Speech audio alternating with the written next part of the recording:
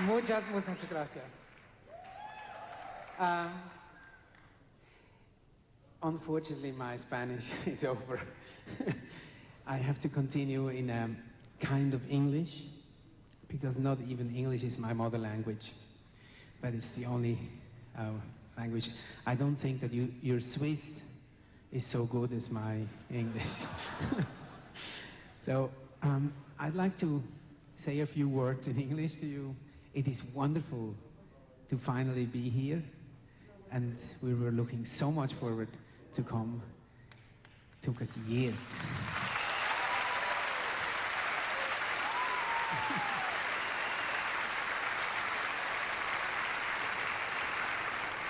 It really is far away from our home in Switzerland, and we have been traveling a lot in the world, but never had a chance to come here. This is the first visit in Latin America.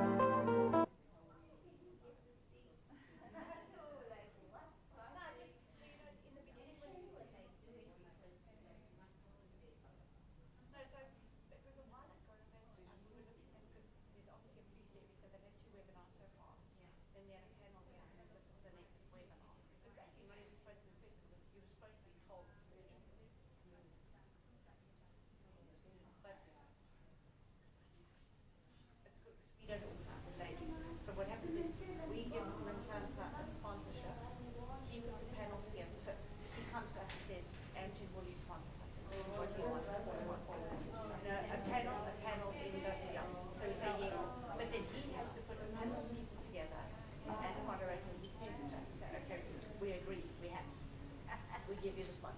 We agreed to track the response forward and ask. And before each one, they need to know who they are. So I just said at the very beginning, put your name in and said, when you get to the part that's on like this type of chocolate, please see your name consider you. Let me just see what this is from. Hello,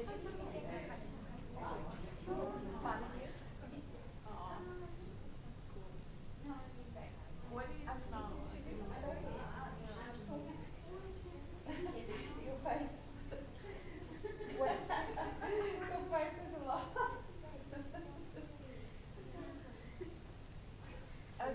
Where are you? Project. Yes, at the company. That's what you said. Yeah. Are you at Valley Oaks? Yes, okay, cool. So the company is Amgen. Yeah, AMGEN, and we're on the first floor on your right hand side. Thank you. Bye.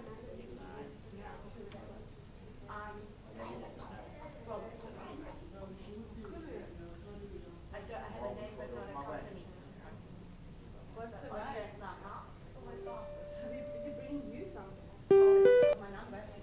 Yay. You're getting a package. Let me just, I want to see what it's on. The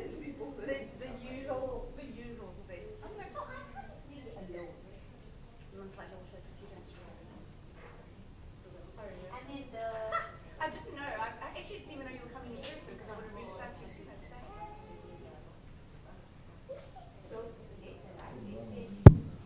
Testing 1 2 sound check 1 2 yeah 1 2 1 2 sound check 1 2 testing 1 2 yeah bayakhuluma ngale okay so ngifuna manje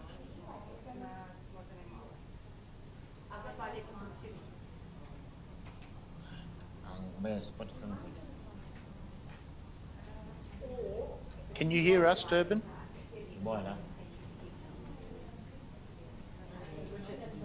bathula basebevala wani bazula ncane masiphatho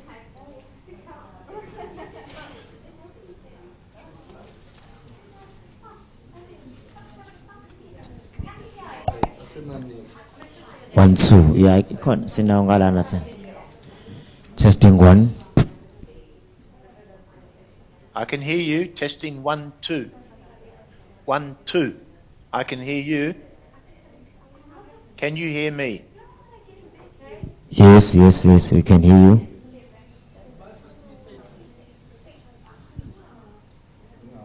Are we live? Cool.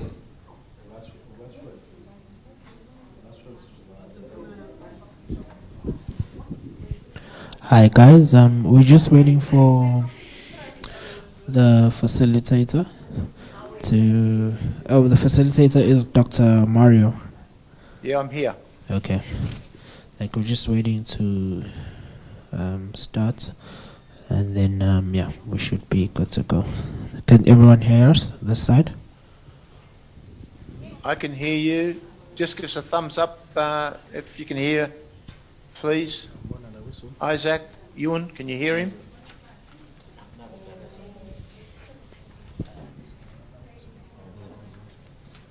Yeah, I can hear him.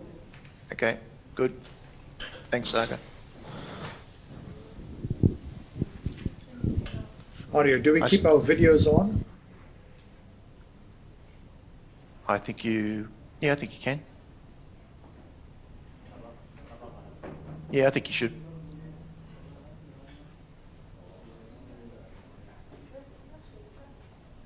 Just stay muted, that's all.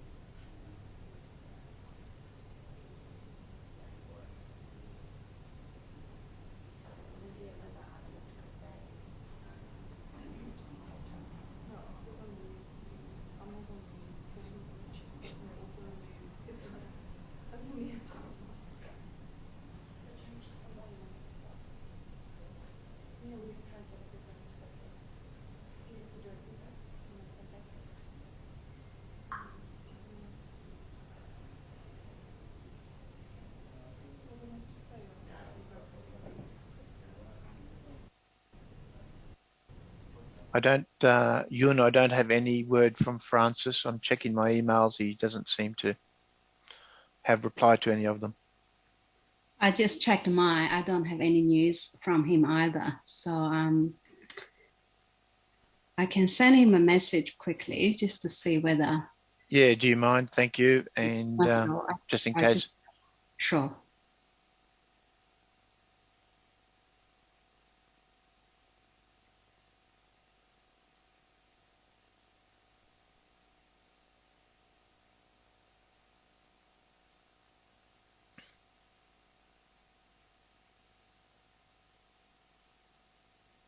Mario, there's a message on the chat that says you can start when you are ready. Oh, I didn't see it. Okay. So thank you. Can I get some acknowledgement from Durban that you can hear me clearly and that you can see the slides? So can somebody in Durban please acknowledge that you can see and hear? I can see some faces in the audience. If you can wave to me, that would be a good sign. Okay, thank you. Thank you very much. Good morning, Durban. It is a pleasure for us to join you, and congratulations on being able to pull together yet another BioAfrica convention. I have had the pleasure of watching some of the sessions and some of the feedback on social media, and it looks like you have you got off to a flying start, and it was great that you had your DG there for Science and Innovation and the Minister for the Dinner and Michelle McMurray-Heath from Bio and Dennis Leota and a whole bunch of folk. So congratulations. And I hope this panel this morning will continue the wonderful momentum that I believe you've already been able to attract. At the outset, my name is Mario Panisi, and at the outset, I'd like to apologise. The full list of panelists are not currently on the line. John Denton is an apology, and entirely due to an error that I made. I gave him the wrong day and time, and when he made his plans, he's actually in a plane at the moment flying to New York, so he became unavailable, so I'm very sorry for that. And we are waiting for our panelist from Nigeria, Dr. Francis Adewoyan, to join us. We haven't heard from him yet as to why he hasn't joined. Hopefully he will join shortly. Now, I'm facilitating this morning's session, and with us we have Associate Professor Yung Feng from the Griffith Institute for Drug Discovery. She is collaborating with Dr. Francis Adewoyan. She may be flying solo for the presentation today, however, but that's, I'm sure, not a problem. We have Professor Sagadevan Mundri, the Director for the Centre of Ag and Bioeconomy at QUT. And with him, we have his collaborator, Dr. Isaac Njasi, who, when they were undertaking the collaboration, Isaac was at Becker, which of course will be well known to the audience. But these days, in fact, Isaac is also at QUT, and as you can see from his background screenshot, he's sitting in the river, and Saga is sitting on the other side of that same river. So you have indeed at the moment you have four presenters who are all in Brisbane. That's just how it's ended up working out. But anyway, I did have a couple of slides I was going to use to start the session, and I'll still use those couple of slides.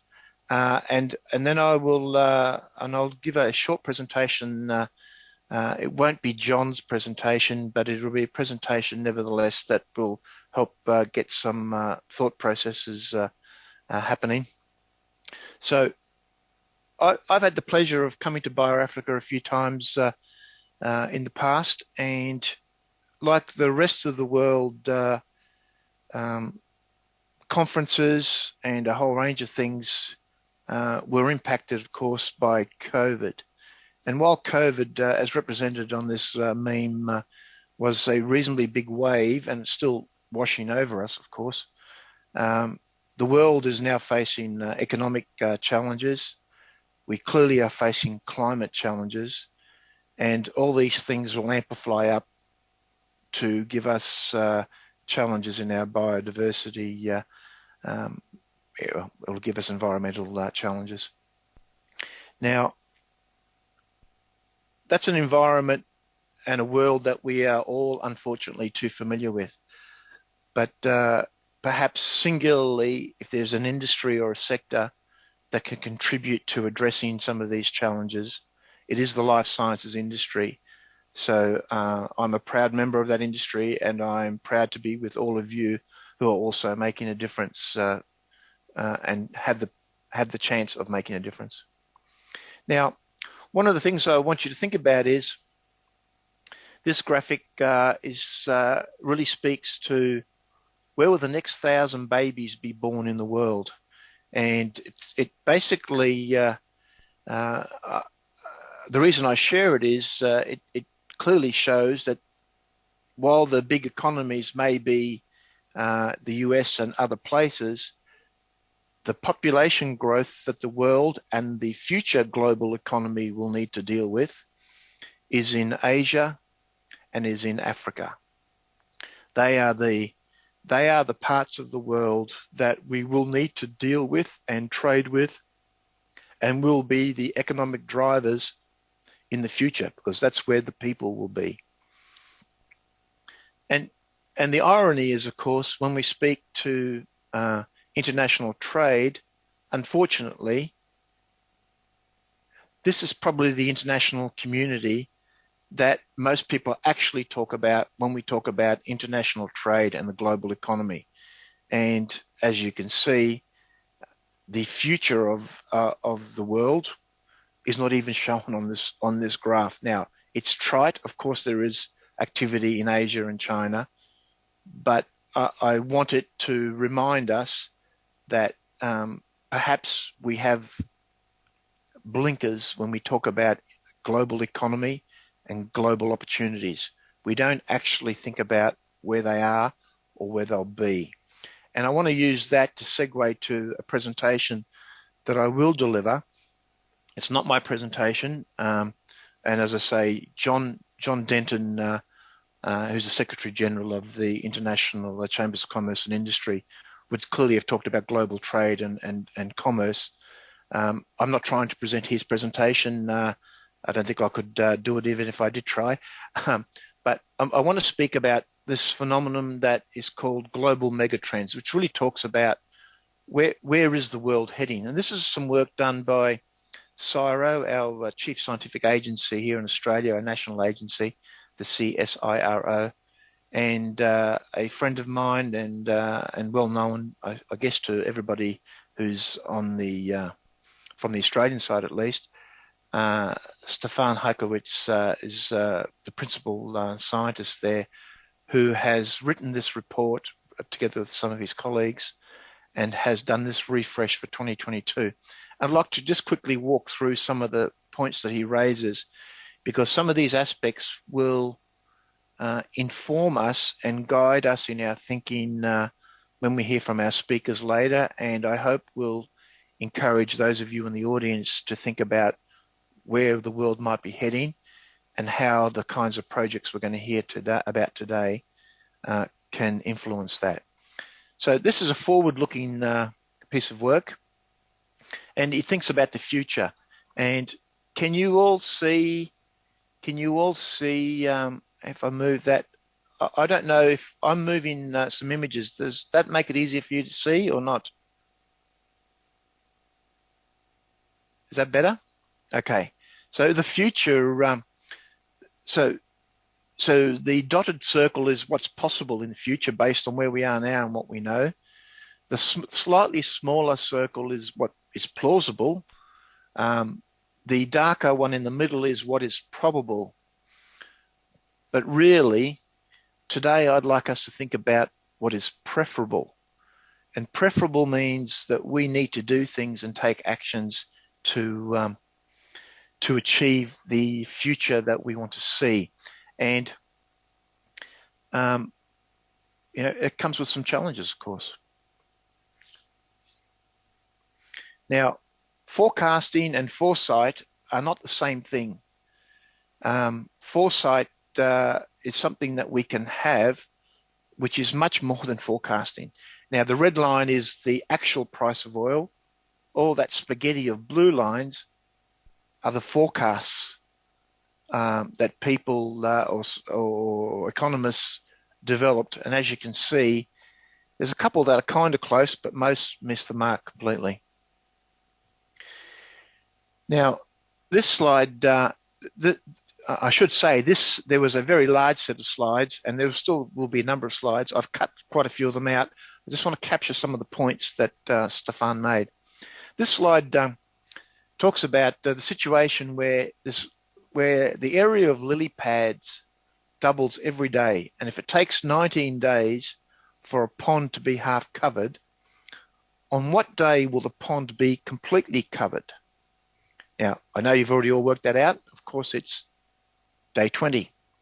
So if COVID taught us anything, maybe it didn't teach anybody on this call anything, but certainly taught the population in the general population the concept of exponential growth, because we all saw in our own countries the COVID explosion was really a classic example of exponential growth. Things were chugging along almost okay, and then we thought something was wrong, and then before we realized, we had overwhelming numbers of cases. And we still do have cases, but of course it is a different world with vaccines and treatments these days. People are not getting as sick and certainly not dying as often. Now, this is a very high level of the globe of the mega trends, and I'll read the headings in case you can't read them easily where you are. So, adopting to a changing climate, leaner, cleaner, and greener, the escalating health imperative, geopolitical shifts, driving into digital, increasingly autonomous, and unlocking the human dimension.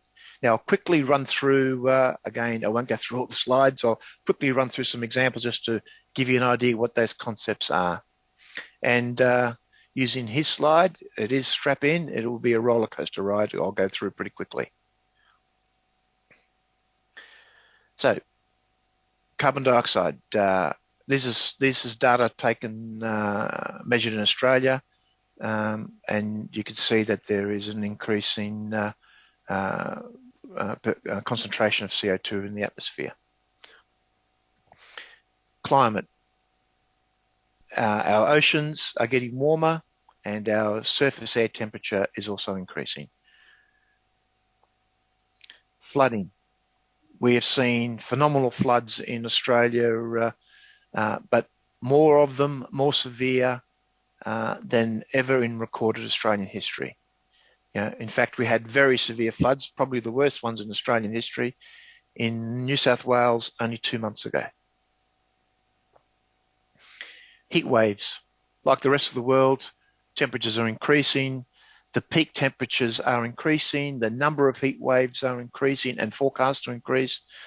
The number of days per year that are in a heat wave are increasing, and you can see by the shape of the curve, forecast to start increasing exponentially. The concept of leaner, cleaner, and greener. Okay, global food, up to 50-something% increase will be the demand by 2050, and consumption, depending on the scenario, could increase by 20% per capita. And that, of course, reflects economic growth in some regions of the world who will be able to access more food. Protein is a large part of that picture, and I won't go through it other than to say that the lower and middle income countries are expected to experience the largest increase of animal protein consumption by 2030, 11% by 2030.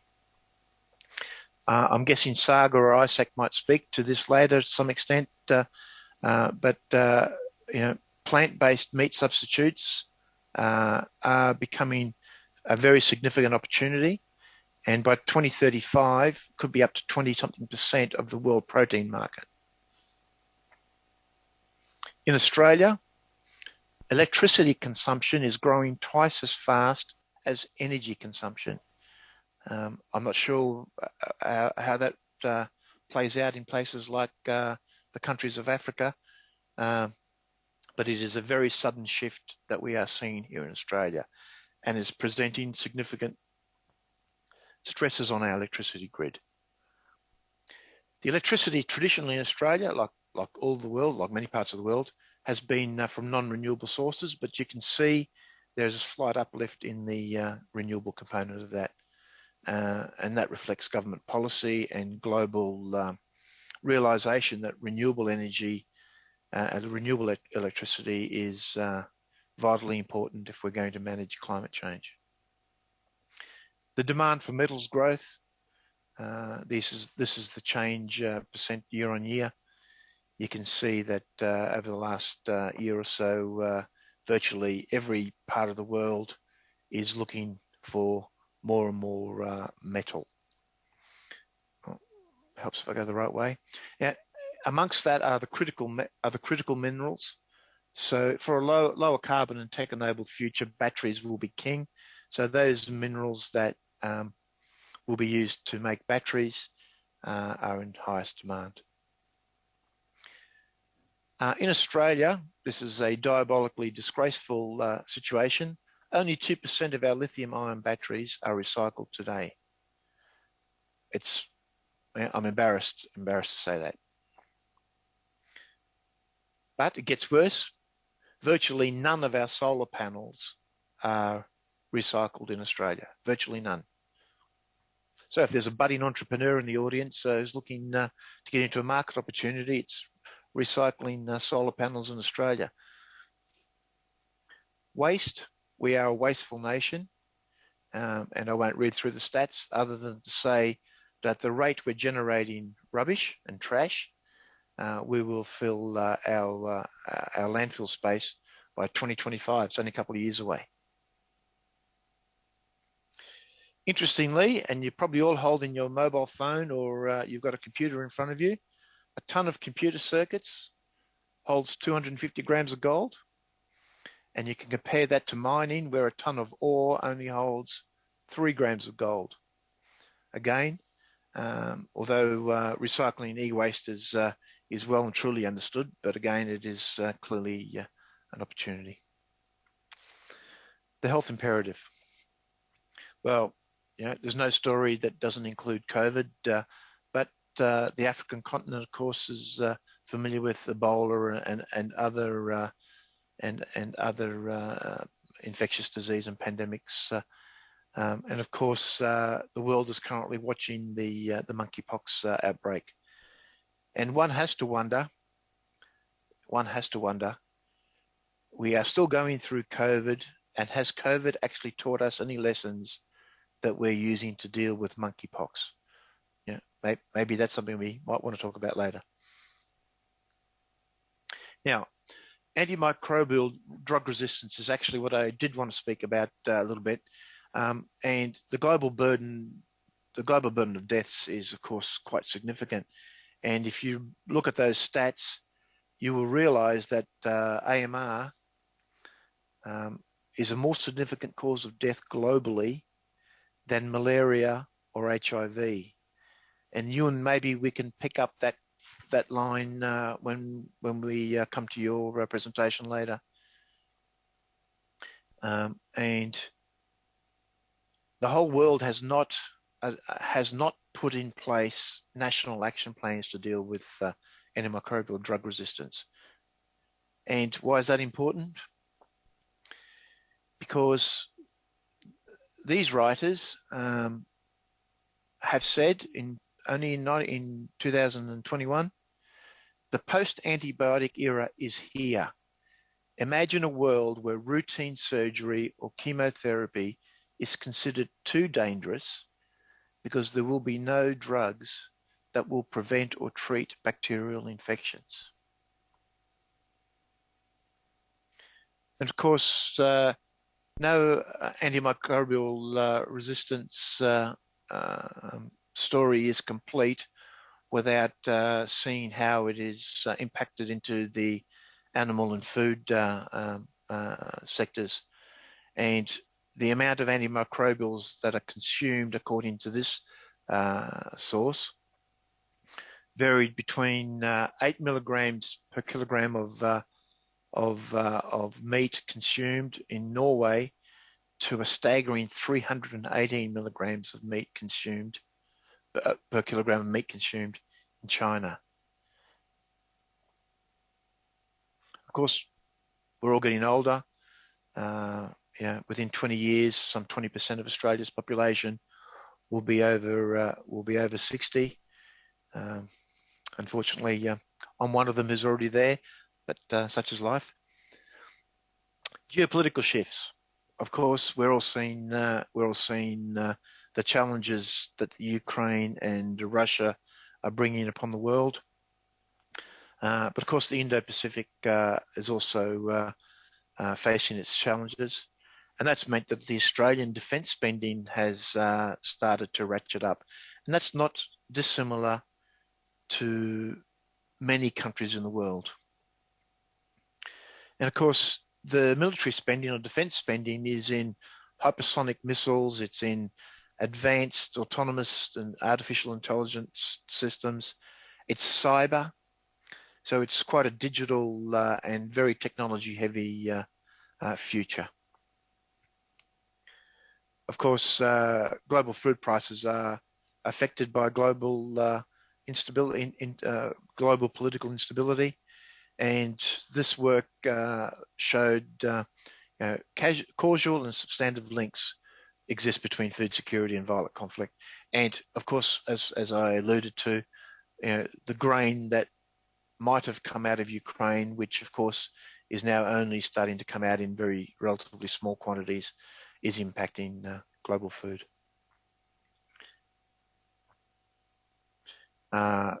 Every government is experiencing high GDP ratios. Australia is no different to the OECD average now.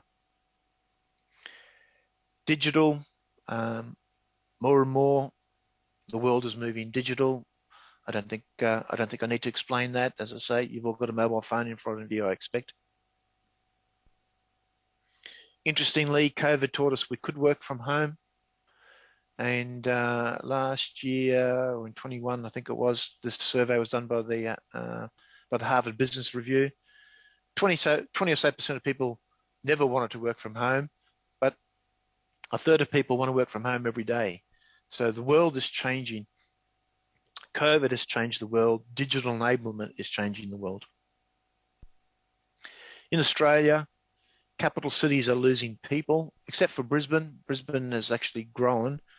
But as a general statement, the regional areas that are near cities across Australia are where most of the people are moving to. And again, it's because digital is enabling them to be able to do that. Automation. I won't go through this in any detail other than to say that, 5 of the 7 most influential papers announced by Google Scholar, to whatever extent you think Google Scholar is important, in 2020 were AI. Right? And it's a big focus, and there's lots of money being spent in AI. And this just gives you an idea of some of the private investment that's being made into AI. Of course, AI has impacted science significantly, and as a measure of that impact, just look at the articles published across the life sciences and the sciences in general that involve artificial intelligence, and you can see that those growth curves are exponential. This guy, Lupus, is from Max Planck. He was doing an exercise where they were trying to work out the structure of some protein, and they took 10 years to do some work which they never actually solved, and within half an hour an AI system called AlphaFold worked it out. And then this power, this power can be deployed across all of the life sciences. Many of us would experience AI in our day-to-day, just driving a car. Most cars now have autonomous emergency braking and other systems to avoid collisions and avoid pedestrians and all that kind of stuff. And you can see, literally, you can see it every day when you drive. In Australia and possibly in other parts of the world, certainly on the west coast of the US at the moment, fires are a major issue, and Australia is now using AI to monitor fires and to better direct firefighting resources to deal with bushfires. Now, the human dimension. The example that I've kept in here is this ship was sailing in 2019 from those two ports, and basically what happened was, and I'll make these slides available so you can find the references if you want to go and read the actual story. But basically, the ship was in heavy seas. The computer realized that the engines were working too hard and unilaterally decided to turn them off. And of course, the captain and the people piloting the ship didn't know or expect that was going to happen, and they lost control of the ship. People had to be evacuated, and it took them some time to get the ship restarted. And it raises the prospect that if you go too far with AI and don't include a human in the loop, or as the heading says, maybe it should be a computer in the loop, you may end up with perverse outcomes. And these kind of things are attempted to be dealt with in Australia and in virtually every nation by ethics principles of how AI might be deployed. And again, I won't go through that in any detail. Distrust is the default. 59% of people distrust new information until they see it or believe it. And who do people trust? Well, they trust scientists, which is good for us. They trust their own co-workers, and not surprisingly, and I'm sorry if there are any government leaders in the room, not surprisingly, they don't trust our government leaders. Interestingly, and perhaps somebody will help me understand, while this is an interesting slide, it doesn't explain to me why people are happy to look at Twitter or Facebook or somewhere and believe the first thing they read, not knowing who wrote it or what it was based on. But let's not look too deep into that right now. Of course, income inequity is a challenge, and it continues to be a challenge. And although it is slowly increasing, it's still nevertheless the poorest are getting poorer, whilst the richest are getting richer faster. So that was a quick walk through the global megatrends. Hopefully I've given you a few things to think about, and I'd like, and I hope that they would help us think about the things that we will hear from our other speakers shortly. So I now invite you, and I think you were going to go first. Is that right? I can go first. Thank you. Hi, everyone. Good morning and good afternoon. Let me just give you a quick, self-introduction. And my name is Yun Feng. I'm an associate professor at one of the Australian universities based in Brisbane. The university is Griffith University. I'm also part of a research institute known as Griffith Institute for Drug Discovery. So in terms of the institute, we are really at the early stage of drug discovery, looking for small molecules in terms of lead compounds, and then further developed into, therapeutic agents. So the disease area we are interested in the institute, we're looking at infectious disease, particularly D&D, malaria is one of the research area we very much look into. We're also looking at neurological disease, such as Parkinson's disease and dementia. Another area we are very much interested in looking at for therapeutic agents are cancer. So the early stage, we have biology, which really establish assays to test the activity of compounds or lead molecules. We also have a group of people working in the natural product chemistry, looking for small molecular drugs or lead from natural resources. So I belong to that group. We have 3 natural product chemists working in this area. And today I really want to really discuss with you about a collaboration we had with a number of universities from Nigeria. And this collaboration, I guess, introduced or established through the BV Global Health. That's the BioVenture for Global Health. So the beginning of the collaboration really started from they are seeking out for help in terms of the expertise in natural product chemistry. So identify active compounds from natural resources.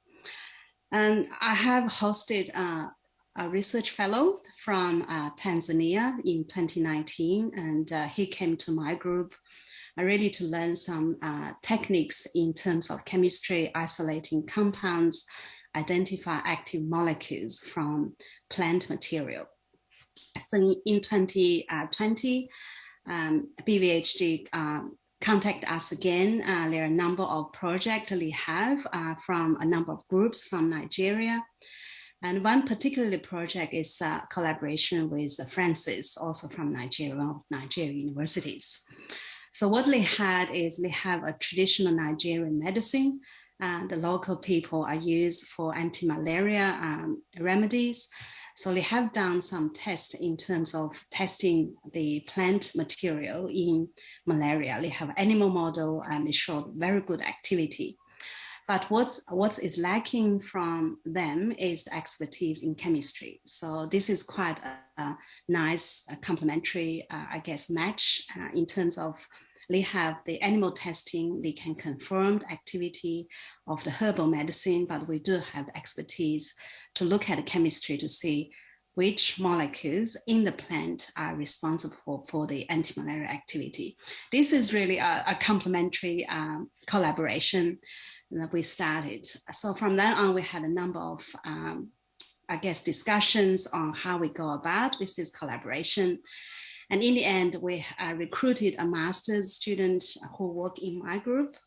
And the Nigeria group sent the plant material over to my lab. They tested, they showed really nice activity in the mice model against malaria. And the samples are sent to my laboratory to look at chemistry. So this project has been going for last 2 years. And we are able to identify a number of small molecules from this traditional medicine, and also tested the activity in the parasite assays we have in the institute. And we're able to identify a really active small compound from the traditional medicine to show very nice activity. So for the discussion with our collaborators in Nigeria, we have sent the compounds we identified, as well as some fractions back to Nigeria. They are conducting animal study for the compounds. So we are hoping by testing those compounds, we can identify the active molecules from this traditional Nigerian remedy against malaria. And with the aim really is to develop this molecule into a lead compounds for malaria drug discovery. So it's really a nice story, I believe, so far. So we worked really closely with the research group, Professor Francis Edwin in Nigeria, and we have sort of quite a constant communication, discuss where we go for the next step. We're going to look into funding opportunities and potentially host a number of research fellows from Nigeria to my group to learn the techniques in chemistry. So that's where I guess I'm here to discuss with you some potential collaboration, also quite a nice successful story to how we can work together using that traditional knowledge from African country. In this instance is the traditional knowledge of the herbal medicine in malaria, and how we can help or collaborate with the research group to identify, use the expertise we have here to identify, to scientifically validate and identify the small molecules to help for the marketing, potentially marketing this herbal material, as well as to for the development into potential therapeutic agents to treat malaria. So that's more or less is the story. We had collaboration with the Nigeria group. I'm happy to answer questions, I guess. So what we'll do, Yun, is thank you. What we'll do is we'll go to, is it Saga or Isaac is going to speak, and then we'll come back and we'll take questions. Now, just for the organisers in Durban, we can't see the audience, so we don't know if we're getting questions or. So hopefully you'll help us understand that when the time comes. So Saga, I'll hand over to you. Thank you very much, Mario and Yun. Mario, you gave an outstanding overview and set the context of the conversations that are going to occur, and particularly the mega trends. But before I proceed, let me start by saying Sawubona, Unjani, Kulungile Ngiabonga. So for those of you who are not familiar with the Zulu language, all that I've said is good morning to the group. How are you? I am fine, thank you. So all that I would like to say is that I'm a Durbanite. I'm born and raised in Chatsworth, and I'm quite a proud KwaZulu boy. And it gives me great pleasure in this current role where I'm at Queensland University of Technology, as professor and director of the Center for Agriculture and the Bioeconomy, where we essentially look at the circularity of agriculture. What is it that we essentially need to grow? How can we maintain and ensure that soil health is of a state that allows us to grow something successfully? Mario touched on climate change and the huge impact that this has on agricultural productivity in general. And this is really a very significant issue, in addition to the conflict, COVID, and all the other megatrends that you've heard about. If there's anything, I think the only thing I would like to add to what Mario has shared is water as a resource. And most of you would appreciate that while we have had quite dramatic changes in weather patterns and much higher rainfall patterns, there are other extreme environments where you're finding that the erratic rainfall has also caused huge challenges to smallholder farmers, and whether you're growing these at commercial scale as well. But I guess the statistic that there's only 2.5% of the water that's found on Earth that's fresh, of which 70% is locked up in the Antarctic ice caps. And of whatever is left over and remains, 60 to 70% of it is used by agriculture. So who would have thought, a few decades ago that we'll be paying more for water than we pay for fuel for our vehicles? So with the result that we are finding, particularly in the extreme environments, there's a huge challenge to be able to at least grow a successful crop. And in many instances, it's actually a matter of life and death whether you're able to produce or get a harvest that you could essentially feed not just a family and a community, but a region as well. And you're going to hear a fantastic story today about a pulse that is known as grass and pea. And this is a leguminous crop that's grown in northeastern part of Africa, and often in areas where very little else grows, where lots of communities depend on it as a sole source of protein, in addition to whatever else is available, particularly when times are quite challenging. And unfortunately, as you shall hear from Isaac's presentation, nature has thrown a curved ball at us. And that is, it has a natural toxin that actually, if this pulse or legume is consumed beyond a certain concentration or level, it causes paralysis from your waist down onwards, irreparably.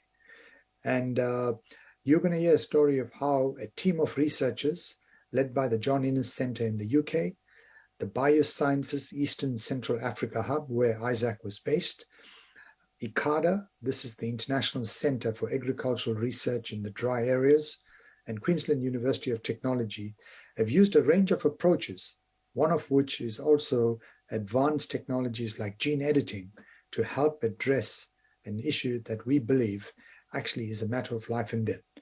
The focus here is on Africa, but I can assure you that this particular pulse is also widely consumed on the Indian subcontinent, from Bangladesh, Pakistan, India, where communities also depend on this.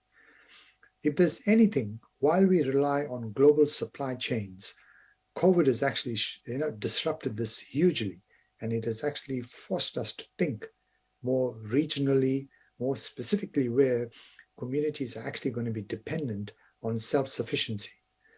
I would also like to reaffirm what Mario talked about, the leaner, cleaner, greener component as well, where you're finding that the consumer, if you're looking at broadly across the globe, is also starting to become quite conscious about where are things grown, how is it grown, how am I as a consumer contributing to the sustainability of planet Earth. And I think this is something which presents us with huge challenges, but at the same time, opportunities. And also the connection between food and health is something which is even more pronounced and become quite prominent across the globe. And therefore, the health imperatives of supplying healthier options to our communities becomes important. With those introductory remarks, I will hand you over to Dr. Isaac Njasi, who coincidentally is based in Brisbane now, but the work that he's going to talk about was largely done in Nairobi at the Biosciences Eastern Central Africa Hub. Isaac, over to you. Isaac, before you start, if you're able to, thank you, Saga, if you're able to restrict yourself to 5 minutes so that we have some time for questions, please. Thank you. Yeah, I will try. Thank you. Thank you, Professor Sagadevan, and organizers of this meeting, for giving us the opportunity to be here. I'm going to share the slides, just 3 or 4 slides.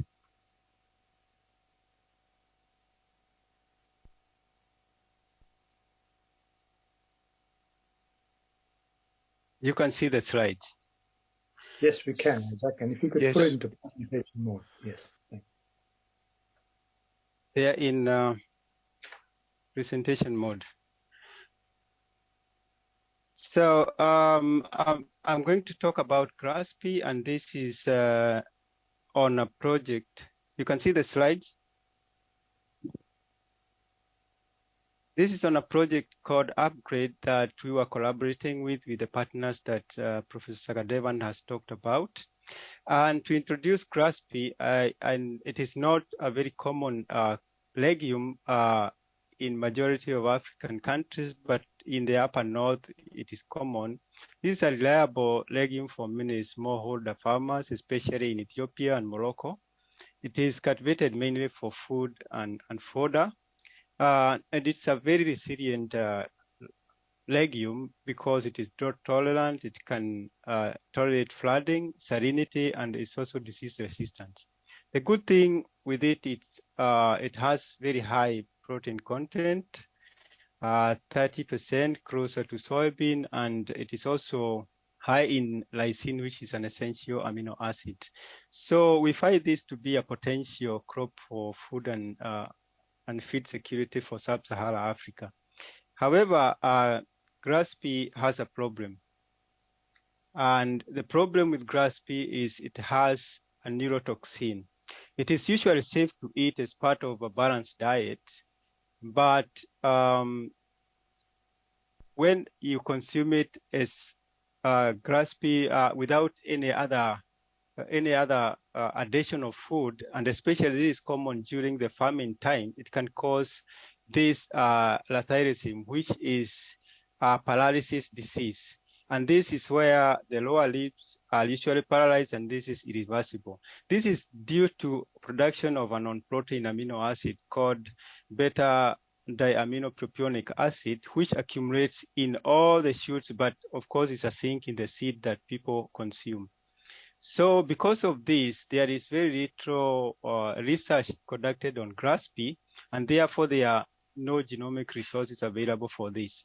And the group under the Upgrade project actually decided to focus on this. And the challenge basically with grass pea was that it has the anti-nutritional factors. There are no varieties that are good. Majority of them had high ODAP. And basically, if we solve this challenge through the project, we should benefit the smallholder farmers who consume this and maybe the food industry. And therefore, the research that we were focusing on was the research issues that were there was there was no low order varieties of grass pea, and there was also no transformation system for grass pea for improvement, and there were no genomic resources. Therefore, we had a number of objectives. One is to develop efficient transformation system, come up with a genome editing platform that we can be able to target this particular pathway and be able to get rid of the toxin, and also generate lines that have no ODAP. And we did this through basically identify the genes in the pathway of ODAP production, and we developed transformation system, and we were able to do this. So the output of this was a genome. Obviously, there was no genome, so we were able to generate a genome. We were also able to develop some transformation protocols that are efficient to be able to edit, and we were able to come up with lines that had zero ODAP. And when we look at the impact, by producing or generating free ODAP-free lines, we are able to actually benefit the breeders who are going to cross these grass pea low ODAP or zero ODAP grass pea lines to be able to improve on nutrition and health. And also the tools that we have developed are going to help researchers in addressing issues like that. We have also produced publications, and these are going to help the research community in how they can be able to address the anti-nutritional factors and other factors in crops, and also capacity building, which is very important because being part of this project, we're able to actually build capacity for African researchers. And the achievement of this project is we are able to generate a grass pea genome, which is accessible now. We have been able to develop some low order mutants. This was initially conducted through EMS, that is mutation. But we also established a gene editing platform, and we were able to develop this platform in an African country in Kenya at Beka. And through this particular platform, we were able to generate lines that have zero or low order content, and again, the capacity building. So that's all from this presentation, so that I can give a few minutes for the questions. Wonderful. Thank you, Isaac. Thank you, Saga. Thank you, Yun. I can't see the room, so while we're waiting for feedback from the floor, Yun, can you please identify what is the secret for the successful partnership that you've had with the guys in Nigeria? What's the secret? Because whatever that secret is, it clearly is something we should be trying to deploy. I mean, the B20 is talking about investing in Africa. They talked about that in 2017. I'm not sure that I'm seeing that happening in any strategic way. The Commonwealth talked about working with African Commonwealth nations in 2018. Again, I don't know that I'm seeing that happen in any strategic way. Yet here we have two projects, and there are many other examples of people working with people. What makes it successful, and how can we take that lesson and roll it up into a region, into a country, into a continent? I guess I think very importantly is the complementary expertise. Both parties needs to bring something to the table, and in our project, it's really the traditional knowledge from the Nigeria researchers and our expertise in chemical science. So we both contribute more or less equally to the project. I think another very important aspect for successful collaboration is benefit to both parties. So I think by working with Nigeria, we were able to use our expertise to identify very important molecules. And from Nigeria part, I guess we are scientifically validated the chemistry science as well as validated biological activity. This, for the traditional knowledge, really use the scientific methods to prove the traditional knowledge. I think these are quite very, very important. Another, I guess, important is the facilitator. We've been working with the BioVenture for a number of years. They've been actively participating in the discussion and looking at the need from both parties. So they have played a very important role in this as well. So I think complementary expertise and the benefits for both parties, as well as someone in the middle to facilitate the collaboration, that has really played a very important role in our collaboration. Thank you, Yun. So does BVGH help you take that wider? Do they help you commercial, or you, the Nigerians, do they help you commercialize it? Do they take it to other markets? After the facilitation, do they have any other role? They do tell us some funding opportunities, which Francis is applying right now. So I believe there are some funding opportunities for us to take the project further. That hasn't played out right now. We'll have to wait and see whether we can secure some funding to continue on the collaboration. But as far as this project is concerned, I think the initial facilitation to line up different parties together to line up the project to find the right fit, it's what they have contributed to this collaboration. Of course, if they can lead us further to commercialization for further funding opportunity, because we will need some funding to support further development of this herbal medicine. So that perhaps will be a great help as well. We'll wait and see. Thank you. Saga or Isaac, same question. What's the secret for a successful partnership? I think, I'm sure Isaac has got his views on this here, but for me, it's threefold, right? The first thing is a real world challenge or opportunity that you're addressing, and you bring together a team of people who are passionate and committed to seeing us develop an outcome that actually impacts on lives and communities. The second thing I think it's important is, and Isaac touched on this, while we have, international partners, etc., for the work, the core part of the work to be done on the African continent.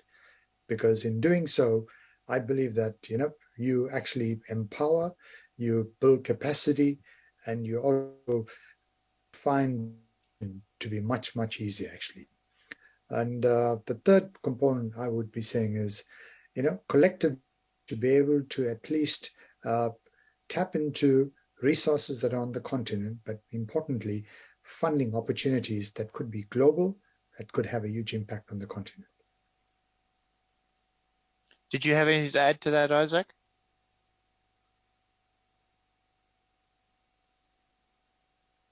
I think Saga has and Yun has actually talked about the major issues that are required for that. Yeah. Okay, thank you. I'm wondering, is there anybody in the audience? We can't see the audience, and we can't see any chat questions. Are there any questions or comments from the audience?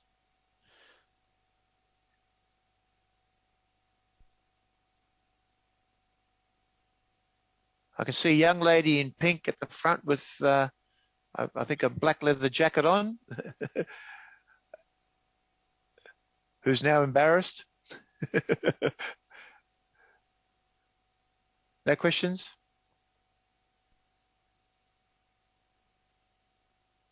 So, given while the audience is thinking about any questions, given that there has been stated political imperatives to invest in Africa, and between wars, between economic downturns, between COVID, for a whole range of reasons, I'm sure something is happening, but it's not happening at scale that's obvious to me. How can we take the lessons that these projects have and roll them up so that the Australian government, the Nigerian government, the South African government, how do we show them what we've done or what you've done to encourage them to support the industry and the economic opportunity when there are social and other and health and other opportunities? But given that we specifically wanted to explore the economic impact, how do you think we should do that, or how can we do that? Saga? Isaac, suggestion would be give us your perspective on this. You have been walking on the ground in Kenya and obviously very widely connected with our neighbors. Yeah, I think in terms of getting the government to come in, what my experience is that African government really have not been spending much on research. But I know, like in my country, there has been a decision that was passed in Parliament that at least 10% of the budget should be actually targeted towards supporting research. And we have started to see some of these coming up, especially through the National Research Fund that the government is now giving out to researchers to apply for. But we are still in the early stages because when it comes to other important issues with the government, this money is usually diverted. So I think highlighting what we do is very important. And that brings in the aspect of research communication, because when you do something good and it is communicated and the public knows what you're doing, then looking for government support might be easier to get. Yeah. So I guess I maybe should have been a little more specific. I accept the government can fund, and yes, it's nice that the government does fund, but ultimately governments really don't deliver anything. They just create an environment where things can happen. And I'm not being disrespectful when I say that. The government's role is to create a society, right?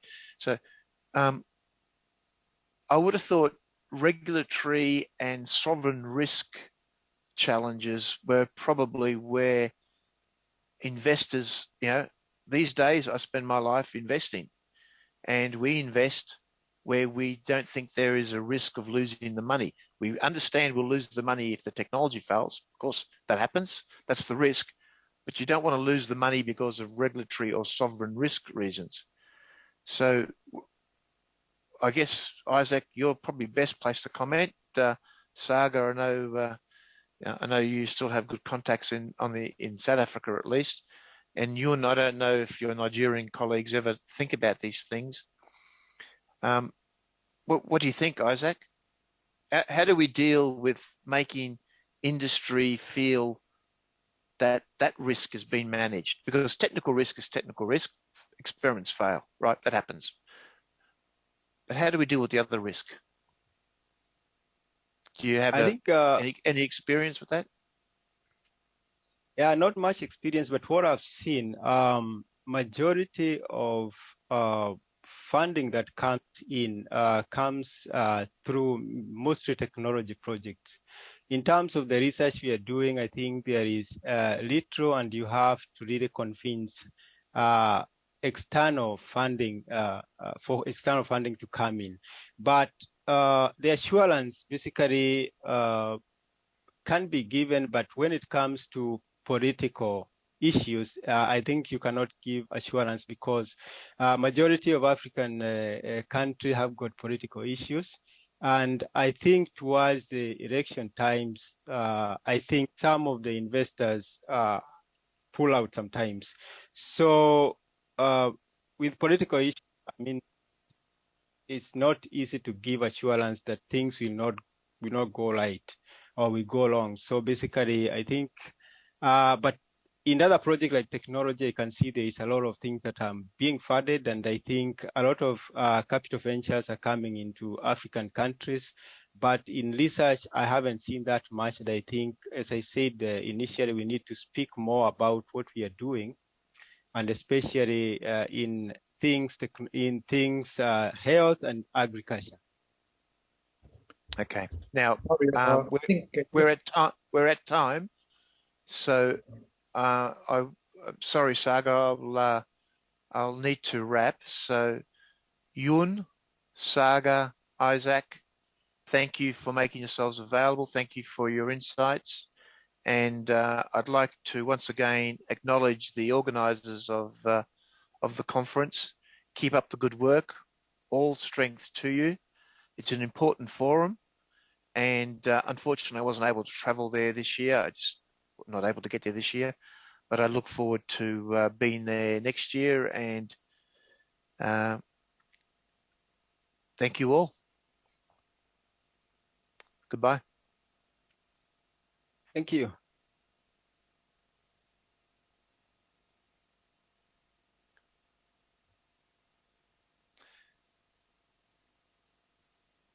Thanks, Saga. Thanks, Yun. Thanks, Isaac.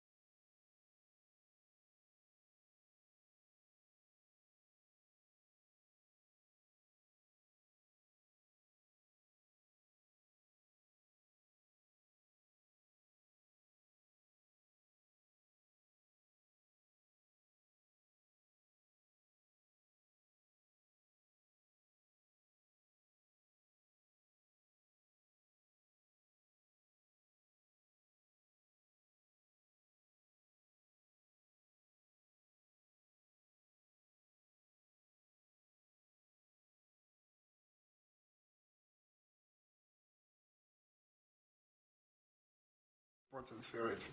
We've held it for a few months now, a webinar series on diversity in clinical trials. And we cover quite a number of areas, from genomics to inclusion in terms of strategic research agenda and inclusion of different population groups. This is the second session in this series of this particular convention. But before that, we had two webinars. The panelists that we have today are coming back, half of them at least, are coming back. They've been, and I'm sure you will enjoy the interaction with them. We have new panelists today. Next to me, Dr. Rizwana Mia, and because she looks like the youngest of the panelists, I'm going to bully her and ask her to start. The other panelists that are joining us today, I will ask them to introduce themselves. They are spread across the world, and I'm hoping that in the next year, after having gone through this series, we will have them physically here. But I'm excited to cover this topic of diversity in clinical trials. We've covered it from, as I said, different aspects. Today, hopefully, we will look at genomics and biobanks and population representativity. And I think the entire conference has spoken, and a lot of the discussions or dialogue has been around Africa being left out of important discussions, whether it's pharmacogenomics, whether it's manufacturing, whether it's any strategic area of innovation. And so this is one small attempt to try and complete the picture of creating an agenda that is inclusive. And with that, I will hand over to Rizwana to open for us. And as I said, I am going to bully her if she goes over time, like the previous session. Thank you so much for the opportunity. And today I'm going to present, I don't know if my slides are showing.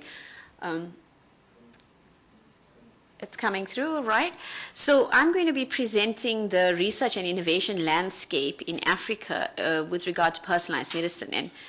And these are the results that we've basically churned out through the European African Personalized Medicine Consortium. And I think it's of such interest for this topic and for today, and to set the scene. So essentially, we know that the advent of technology advancements in omics research has shifted the paradigm of modern medicine. And 21st century technology gives us the means to enable precise health care and a patient-centric approach. And as Africa, we know that we need to move forward in order to address our disease burden sustainably. And obviously, the one-size-fits-all store does not work anymore. So it leads me on to this definition of personalized medicine. And essentially, it is a medical model categorizing individuals' phenotypes and genotypes with molecular profiling, medical imaging, lifestyle data, and tailoring the right therapeutic strategy for the right person at the right time. And essentially, it's a meal of technologies. It's a combination of biological, physical, engineering, computer, and health sciences to set the stage for transformation and a leap towards a targeted, data-driven healthcare mechanism for patients. And, it's amazing that since the first human genome was sequenced in the year 2000, Africa has not been studied. Well, I should say understudied. Essentially, if you look at the ancestral lineage and you see Africans, we have maintained a large and subdivided population structure. And if you look at this linkage disequilibrium diagram here, you essentially, I just want to very quickly say that we've been spending a lot of time over the years, from the year 2000 onward, essentially studying the arm on the right, which is the non-African populations. And we have left out this whole ancestral origin. And there's this large diversity that needs to be unpacked. And if you look at Africa, and if you think of it, it's basically a map of African language family distributions and its hypothesized migration events within and out of Africa. And you can see how the continent is kind of divided in almost regional areas. So, you know, we formulated the European African Personalized Medicine Consortium in round about 2021, and we are a consortium of 13 partners from both Europe and Africa, and there's all of the organizations involved. Essentially, it's France, Italy, our fellow Africans in Egypt, Kenya, and Senegal, and ourselves here in South Africa, as well as the AU NEPAD. And essentially, the project is set to develop collaboration between Africa and Europe in the field of personalized medicine, and to be able to contribute a successful implementation of personalized medicine in a global context. And the outcomes that emanate from this initiative will foster joint personalized medicine projects and programs between Europe and Africa, as well as the more developed Western countries. And the project commenced in February. And one of the first activities of our project was to basically gain knowledge on the African research and innovation and policy landscape in Africa. And we developed a bibliometric analysis of recent scientific literature to describe the scientific landscape of personalized medicine in Africa, which includes a large focus on genomics, proteomics science, data science, and health systems. And we reviewed this health research and innovation policy landscape in the continent. And this study was designed in a descriptive scanning model. We scoped databases, and we used essentially primarily PubMed. And so this bibliometric analysis basically looked at all aspects, you know, from research groups to research areas and disease categories and the type of research collaborations with European countries. And what we essentially found was that, we analyzed we gathered information from 2011 to 2020, and we found that there's a real spike in activity in roundabout from 2017 onward to about 2020.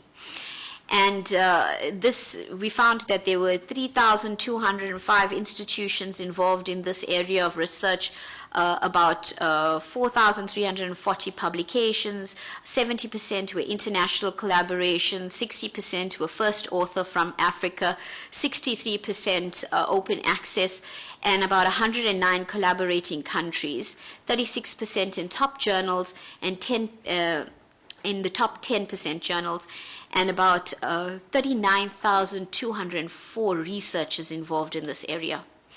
And if we map this scientific productivity in Africa and the global view of co-authored publications, we found that main collaborators existed in Europe, the USA, as well as Australia.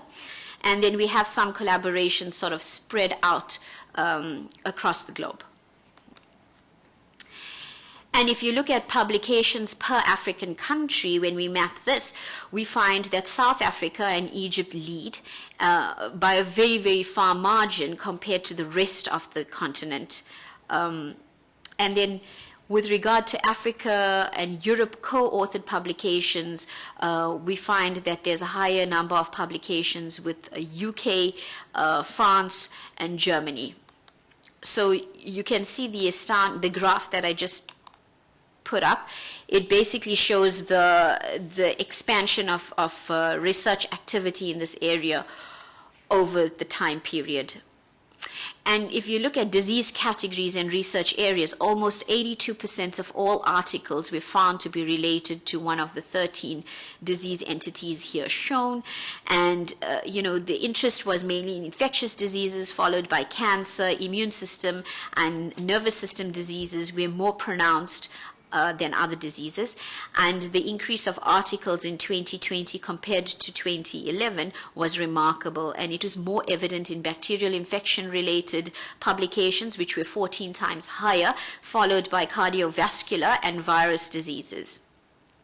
And if you look at the research themes, Yes, of course, institutions in South Africa and Egypt obviously lead. And when you look at the different areas of research, that is diagnosis, prevention, and treatment, we found that South African institutions, the top 5 institutions were South African.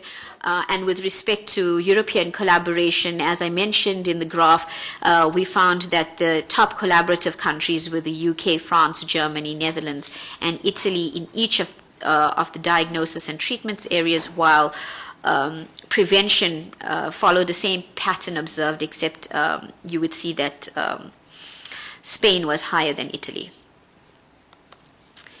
And sorry, the slide hasn't changed. So the review of the health and research and innovation policy landscape in Africa was then our second objective, where we looked at policy across.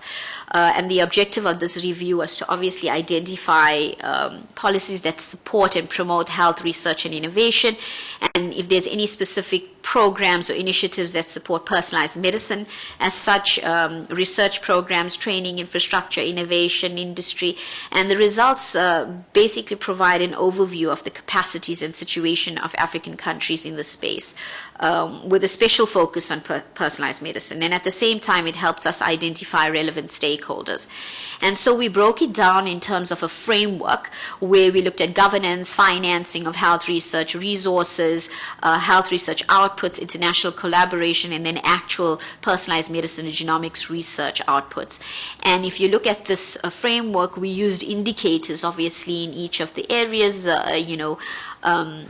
for example, in governance, the NHRS barometer, the existence of laws and regulations, financing. We looked at GERD as percentage GDP, and GERD, medical and health sciences percentage, and then international funding, resources in terms of infrastructure and researchers per million inhabitants, publications per million inhabitants, number of projects funded, and then participating in genomics research, sort of what is the level of participation in international consortia, and the number of publications and the number of institutions involved and organizations. And essentially, we scored this on a matrix, and I'm almost finished. We scored this on a matrix, and you can see this view graphically, where we show how the different countries vary in terms of their capacity for research and innovation according to the policies that exist there. And still, South Africa and Egypt lead, followed by Nigeria, Algeria, Kenya, and Zimbabwe and Ethiopia.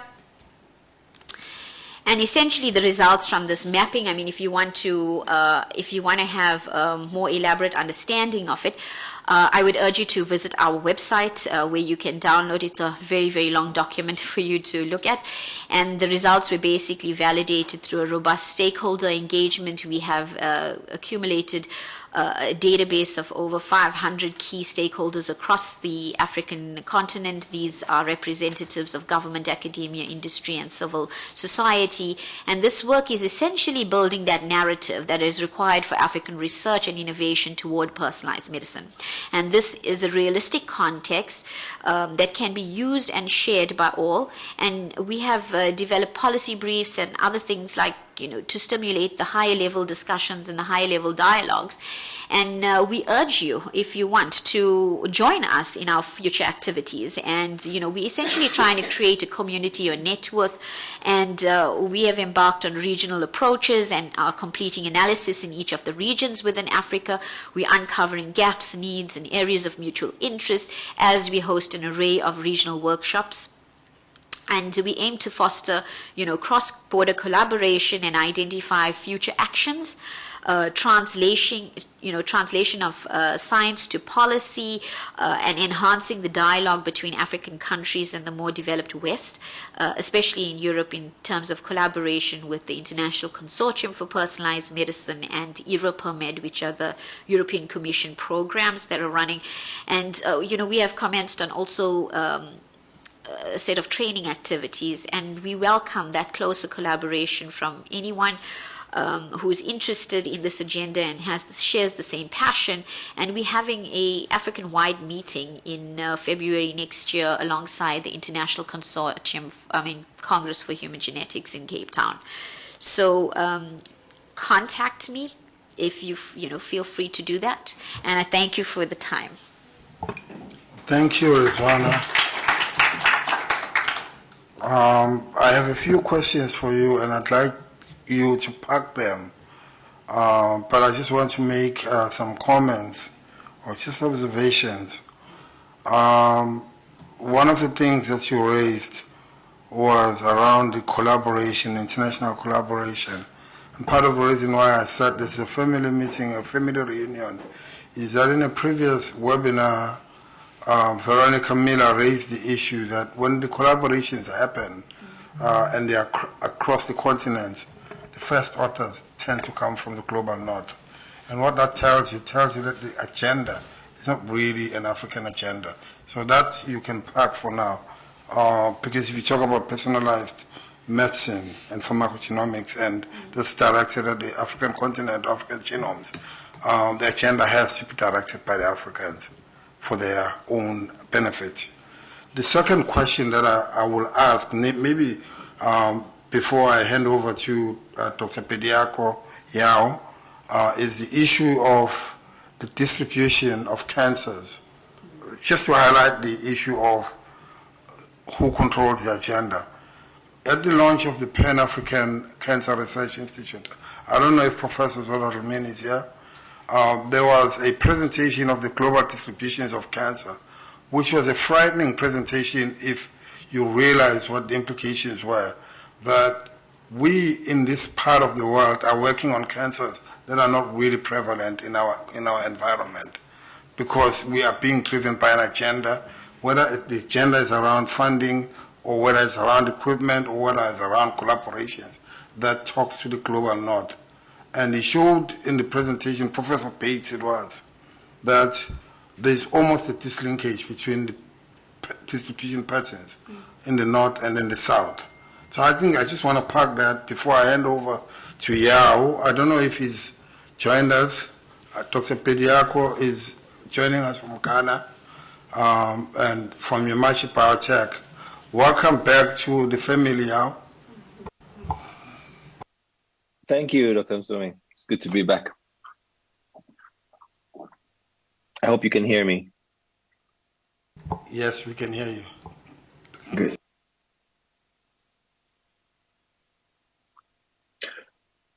I presume you want me to walk through my presentation now? Yes, please. I think I don't have screen share. I think you need to make me a host.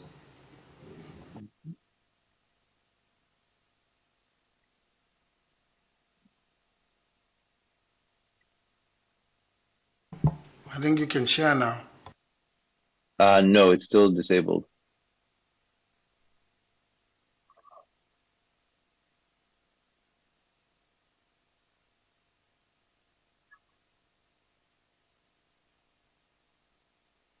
Still disabled, fortunately.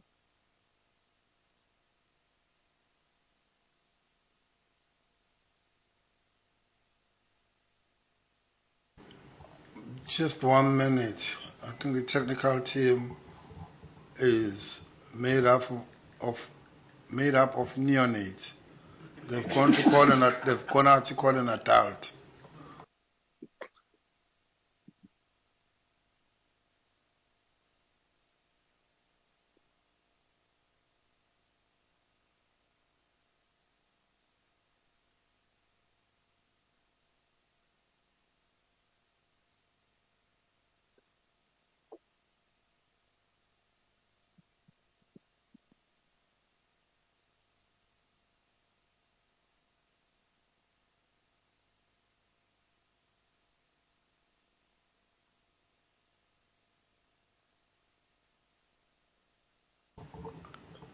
Can you share now, Yao?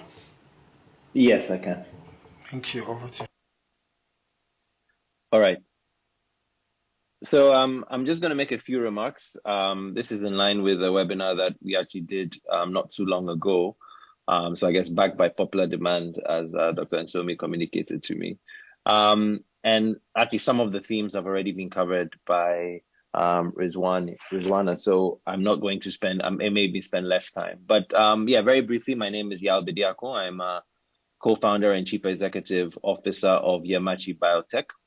We are a young life science research company based in Accra, focused on diversifying precision oncology. So I think we started operations just 2 months after the EU Africa Personalized Medicine Consortium started. So I'm hoping that we can find a way to join in the efforts.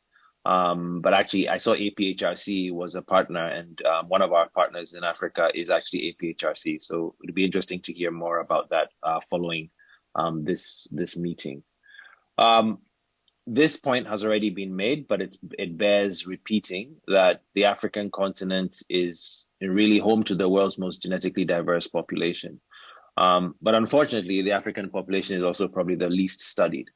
And so this compounds the issues related with, really a lack of understanding of various diseases, including cancer, which is the particular focus of my company, across Africa. But given the position that African populations, occupy in global evolutionary history, this is actually not just unfortunate for people of African descent, but really it presents a gap that it has global significance. And so I think it's important to make the point that by studying genomes across Africa, this is not just an issue of equity, an issue of representation, but it's really a scientific issue in that we are ignoring a significant chunk of our genetic history as a human race.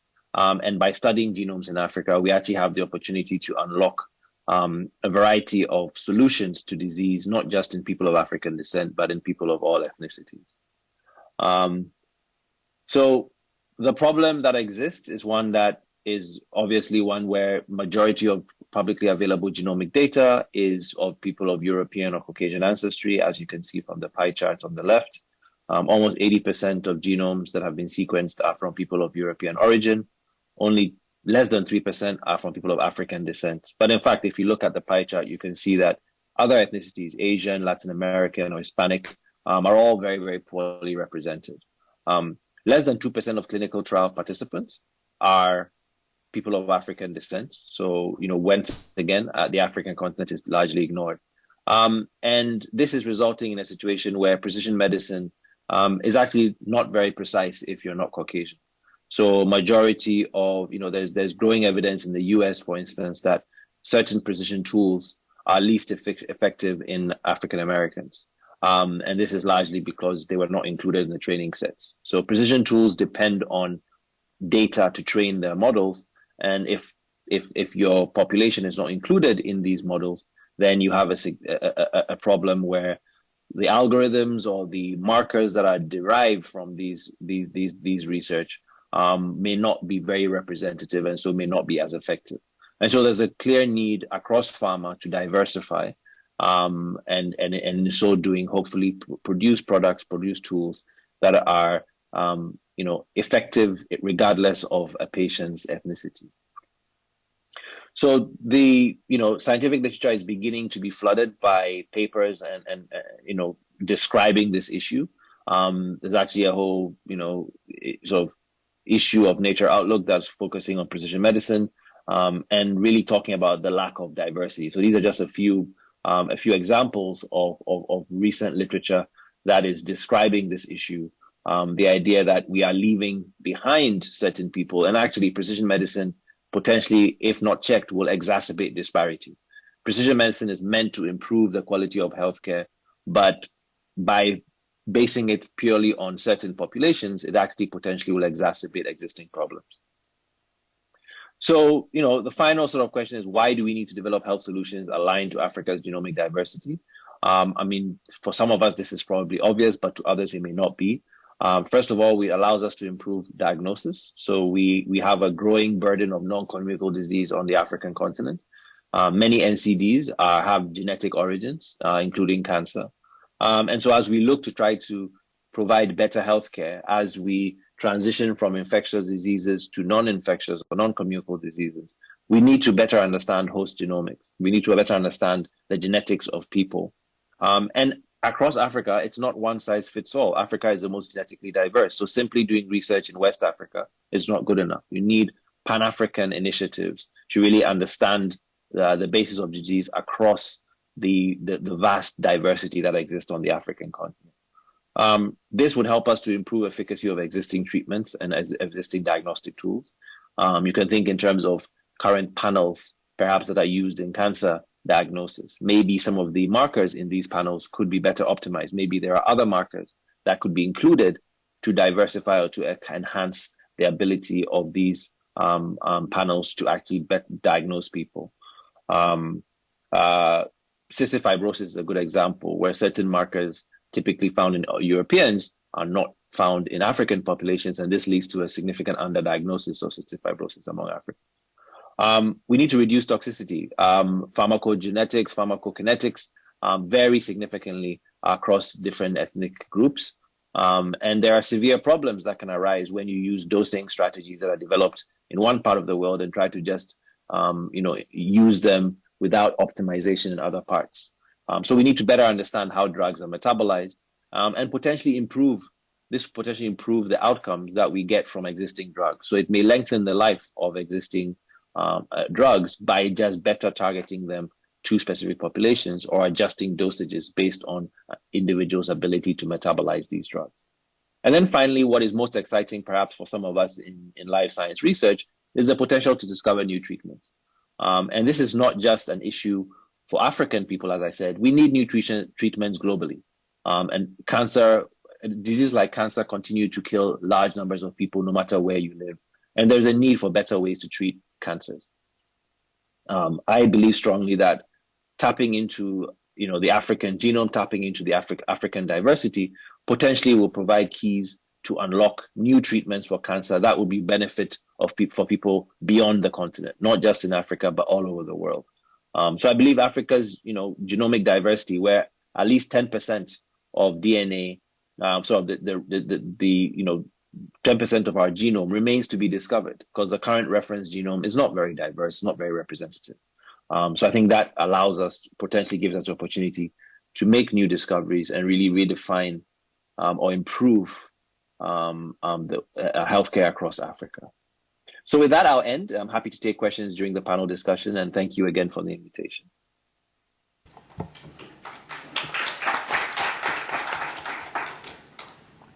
Thank you, Yao. I noticed during your presentation a lot of folks furiously writing down questions, and I'm not going to keep them waiting. I'm going to move directly to Yusuf Enriquez from Indigenous.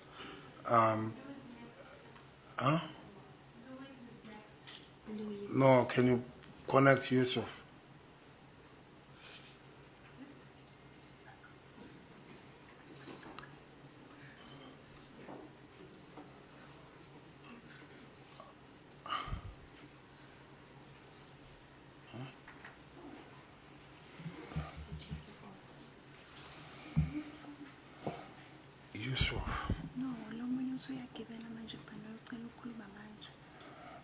Okay, I'm told Louise Zabini wants to speak now. It's demanding to speak now because he's getting on a plane. So we are going to oblige him. And I don't know how we're going to ask him questions when he's on the plane. But we'll try. Louise, over to you. Please introduce yourself and the area of your work.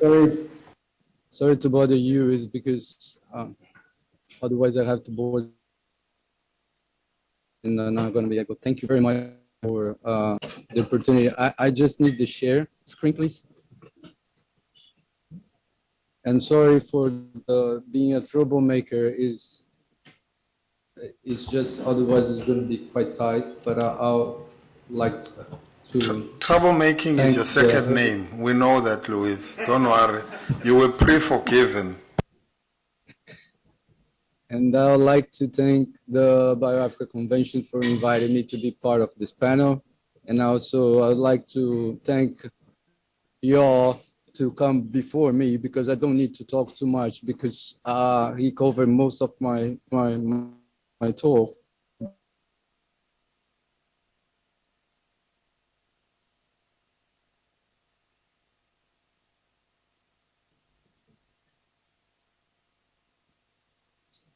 I hope you can see my screen. Hello?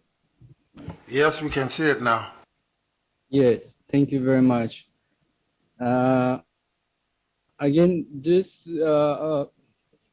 my lab at the ICGB in Cape Town is about cancer genomics, and I think was really nice coming after you all because everything that he says, I just want to complement for more information.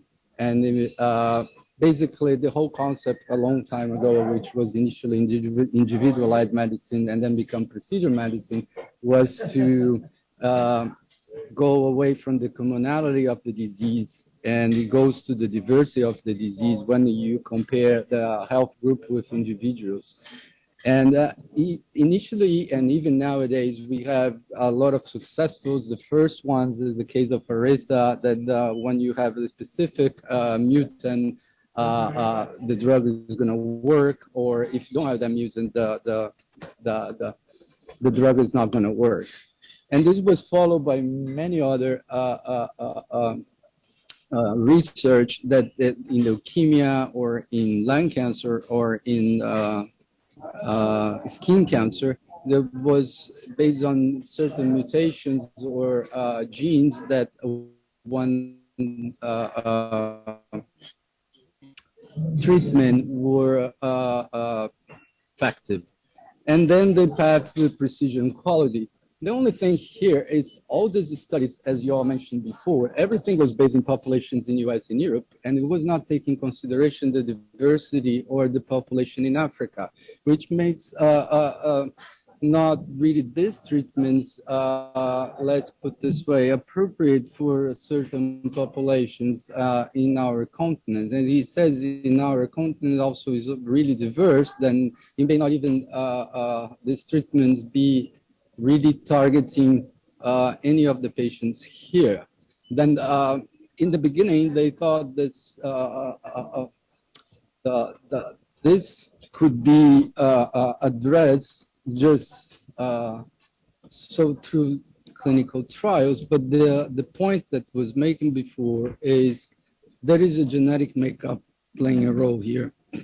And this is important. If we don't know this genetic makeup, we're not going to go to get a specific and right therapy for these patients.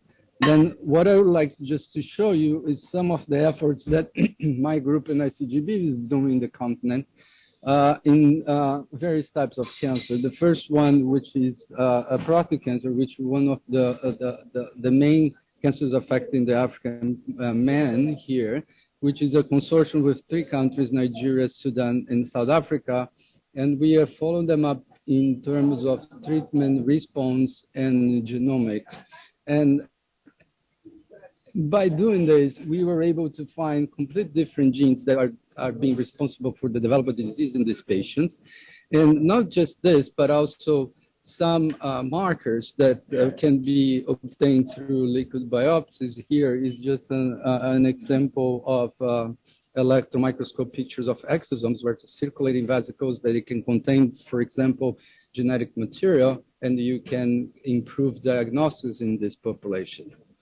A second cohort that we've been doing is in the hepatocellular carcinoma, which is also the high importance in the continent. And you can see it's involved 4 countries, South Africa, Namibia, Zimbabwe, and Mozambique. And account for 90% of liver malignancies here. Then this type of consortium are helping us not just to shape the cancer development in the continent, but also to increase the precision medicine for this kind of patients. And the last one is the Wills tumor, which is a rare kidney tumor in children. If it's detected, it's totally curable, but mostly here in the continent, the lack of identification, this kind of cases are missing. and there's a big consortium not just involve the African continent, Sudan, Kenya, Tanzania, and South Africa, but we also are working with Brazil. We has one of the most diverse populations there in terms of race. Then I will stop here and just I can go to the specifics of each of the research, but I'll leave this more as a general overview of our of the ICGB efforts trying to cover the genomics and help the clinical trials and the diversity in these clinical trials. Thank you very much. Thank you. Thank you, Professor Zabini. Any interest of avoiding the calamities of the previous session, I'm going to request Yusuf to step up, and then we will allow for questions. I know there's a lot of questions, and hopefully Louise will still be around. Yusuf, we're now crossing over to the US of A. This is like an international panel. We're jumping all over the continent and then jumping the seas and everything. Is Yusuf there? Or is the technical team of unit still struggling?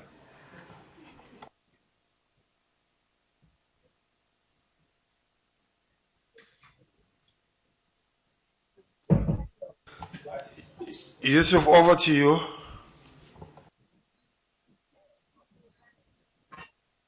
Hello, can you guys hear me? Yeah, we can hear you. Please introduce yourself and then you can take the mic. Yes, Yusuf Enriquez, founder CEO of Indigenous AI. I'm still not able to share, so we'll see if that pops up here. Hi. I did. Okay. You guys see my screen? I did was short, was 5 minutes maximum, and at least I present, then Lawrence cannot say anything. Okay. You guys hear me? Yes, we can hear you, but Luis refuses to go away. So, 1 minute, you can you can go yourself. Okay. Yeah, I won't hold up. I know there are a lot of people that want to ask questions. I think the theme, as you could hear, is what we're showing here on the screen, the problem. And I'm not gonna, Yao has done a good job, and Luis have kind of touched on some of the things. But this hopefully numbers help you jog your memory, as you can see. So my prior background worked at the Food and Drug Administration for the U.S.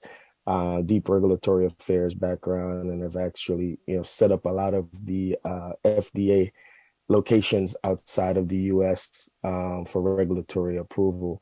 So it comes down to what you see here. The Africa diaspora is very underrepresented, as the previous presenters have stated, and that's across the board: genomic data, clinical trial participation, and biorepository. And so when you have this kind of deficiency, as Yao and others have mentioned, you cannot have diversity within the genomic and clinical trial, drug trials. And so that's a huge problem. So, currently 80 to 85% of the drug trials are European white males. And you can see how that affects not just, minorities themselves, but women as well, where, we don't really truly know the efficacy on the genomic side. As Yao has mentioned, we don't see the complete genome that has been boasted over the last couple of months as really being complete because of these lack of representation. One of the other deficient areas that I want to normally touch on is the biobanks. This is like the foundation of where, again, I think, on the Africa continent, I've been stressing and deeply emphasizing on countries to put emphasis on making sure that these are established, because these are where genomic materials reside, from the informed consent, collecting the samples, being able to establish protocols in order to then further move into, phenomes from their genome, transcriptome, proteome, and metabolome to be studied and used in research and clinical trials. And this library of specimen could then be used, with academic researchers on the continent to be able to start doing some of the actual research on the continent. I think one of the major things that I've stressed and want to highlight is the fact that infrastructure is a big component of moving Africa into precision medicine and being a leader, which I believe Africa is set up to do with infrastructure and of course money, which is always the two things that eludes advancement in precision medicine and just research overall because of the lack of some of those things. And so, one of the areas, again, the underdevelopment of this area is still problematic. Consistency across the continent is still not there yet around biorepository, standards, customization of training is going to be essential to even move into genomic research because of the complexity and the intricate training that's required in order to do, whole genome sequencing in order to have to focus on the disease areas that that the other presenters have mentioned. And so, I like to start at the baseline of making sure that Africa is moving in the right direction of making sure that, we're even able to do this from a, translational research standpoint, but also being able to house the data both on the front end and the back end. So biobanking is, a critical component on the front end in order to move Africa into genomic sequencing and academic research. And then the other area on the back end is infrastructure around technology. So, I have a slide here that really kind of points to some of the things that was mentioned by the first presenter around, just being able to do this type of research because of the large intensive data repository that's going to be needed. Your whole genome sequencing is going to need a lot of storage. And so, we're going to need to make sure that we have the capacity to do some of these things here. And as you've seen, when we looked across the map, this is an example that I pulled from stack development, which is technology, architecture, and infrastructure, which was the reason for indigenous to settle in South Africa instead of other parts of the continent. Because when we looked across where we were able to do Azure machine learning, this is from Microsoft, and you see Microsoft Genomics there, we're still lacking in technology infrastructure to even move forward with doing some of the research. Now, why is that important? As you saw from the first presenter, a lot of the publication that are being done, even though the participants are from Africa, most of the downstream data repository, analytics, and then, of course, the authors for some of these papers are from European and Western countries because that infrastructure is not there in Africa. We're getting there. Some in bioinformatics is there, but the level of compute power that's required to do this type of sequencing and data aggregation is currently not there. And that's one of the goals of Indigenous, is to actually build these infrastructure where we are currently. I'm in Cape Town, South Africa. We're building our lab in Cape Town, where we're going to be able to do some of the, the machine learning, the genomics, and the analytics, so that we don't have to, if we're not shipping the samples out, I don't see the need to ship the data out as well, because we don't have that compute power. So I just wanted to highlight these are some areas, that are quintessential and critical for us to move into, really going into precision medicine and being able to have sound academic research and publication that has inclusion of the African diaspora. So some of the things that, again, Indigenous is doing there in Cape Town, I just came back a few months ago.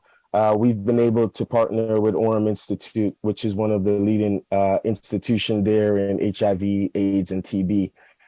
Because of my FDA background, I've had intricate knowledge of the work that Orem does, the the credibility and the way they go about doing their informed consent is in high standards. And so we've partnered with them. We've launched about 2 weeks now when they came here to visit us to look at our lab here in Washington, D.C.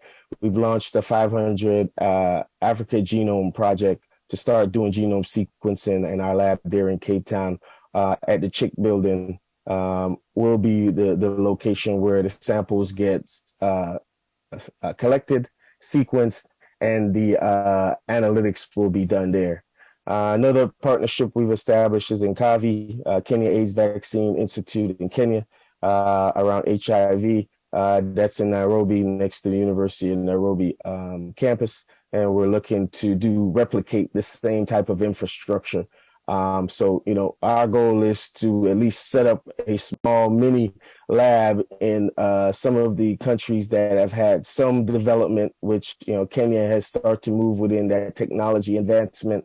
And we're working with Microsoft to make sure that we have that analytical capability there.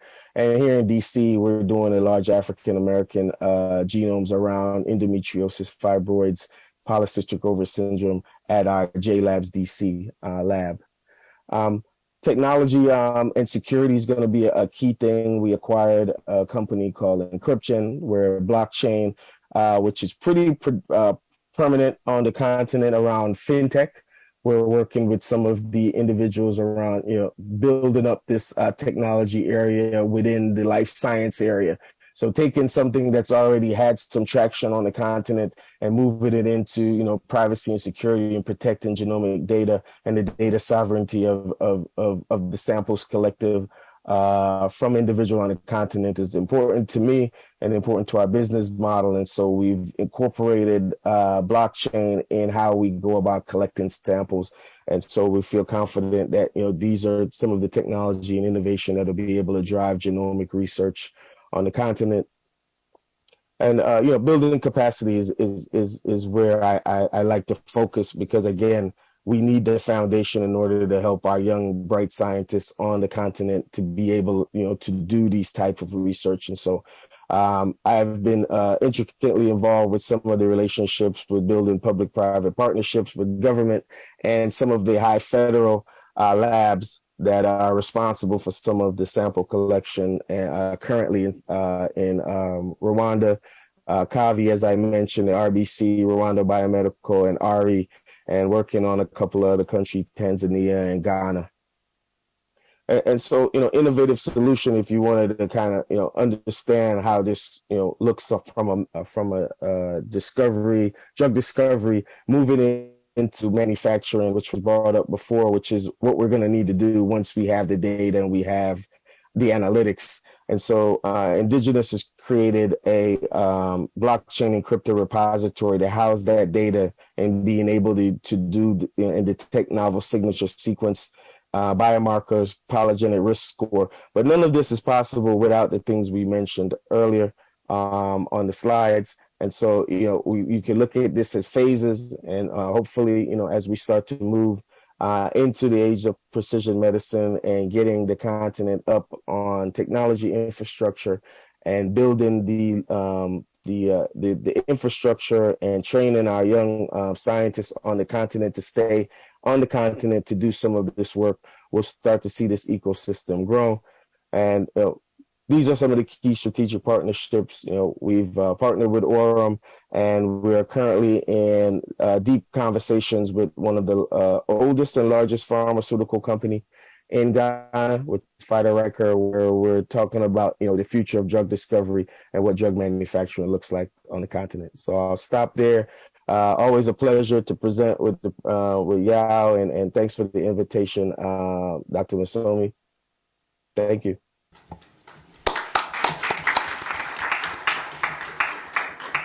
Always a pleasure to hear from you, Yusuf, as well. I'm going to flip the coin. Usually I ask the questions, and I have a big book that I prepare before each webinar. I'm going to ask the audience to ask the question, but request that when a person goes to the mic over there, they don't give a speech. Just ask the question, or maybe make a short comment So I'm opening it up for questions. If no one stands up, I'm going to start calling some of my friends and bully them. I see there's one question. Please say your name and your organization and then ask the Thank you. question. Janine Schofield from the CSIR. So one of the comments that I noted with this, and I was wondering if we're reinforcing it enough, is it's not just that the genetic research that's been done is missing a population. It's actually that a lot of the genetic research, if it was done on these populations, would be advantageous for the rest of the world. So it just makes sense for this to happen. With that, I just wanted to expound for the incredible talks that were made today. I'm very lucky to be an editor-in-chief of the Springer Nature journal Gene Therapy, and I'd like to encourage you to submit perspectives or papers on topics like this. There'll be a friendly person waiting on the other side. Please look for my name. And this is exactly the kind of topic that we want to see more on the journal. So I'm sorry, it was more of a comment than a question, but please. It was a speech.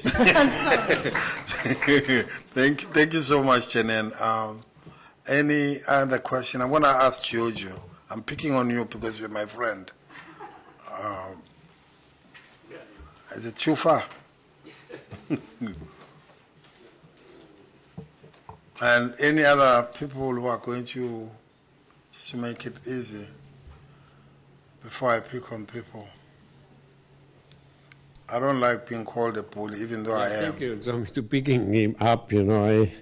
But I took a little bit of notes during all this. First of all, you know, I'm very impressed with all the presentation, really very good. And I'm not going to give a speech. I will try to come with some questions. And really comments that will become questions. And my general question about this precision medicine, oncology in Africa, is really very much related to impact on patients. And my first point is, you know, I lived in many African countries, and apart from some of them, like South Africa, the majority of oncology drugs that are available, the access to these drugs is very limited. They are very expensive, they are patent protected, and it's really a very big issue, first of all, to have those drugs that eventually would not be working in some of the population in Africa. So, and I do understand that, but I think that this is a very important point to be underlined when we talk about that. The other thing is about regulatory issue.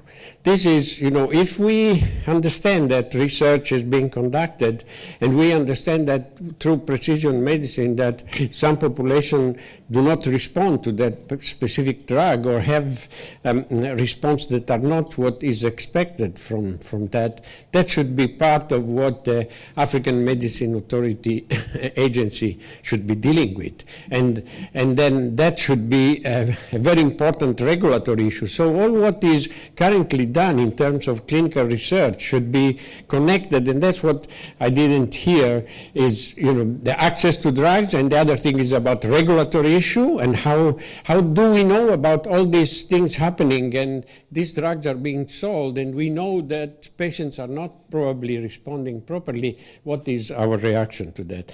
And last one is about biobanks and all what's happening. You know, I know that African CDC, for example, is putting up a huge network of biobanks, and I was very reassured by the last presentation by Dr. Yusuf, I think, where he's saying that he's working already and trying to capitalize on piggybacking on what's going on already on TB and HIV and seeing what that capacity could be then translated also in medicine. And what I'm saying is that, for example, the African CDC is putting up an incredible genomic capacity all over Africa around COVID-19. And is that not part of what could be a contributor to what you are trying to do? So I think I finished all my thinking. Most of this must be irrelevant, but thank you, Tommy, to give me the chance.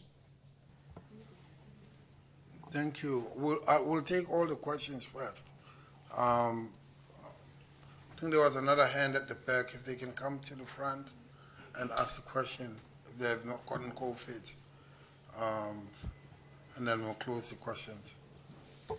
All right, thank you so much. Professor Ransom from University of KwaZulu-Natal. I think, you know, basically covered some of my questions as well. I think, you know, a lot of what has been discussed at the workshop so far is, you know, mainly along the private kind of capacities. How do we get government involved in this as well? Rizwana touched on some of that from SAMRC side, but I feel this is happening in a lot of private capacity type of scenario. So, what Yusuf presented was really great.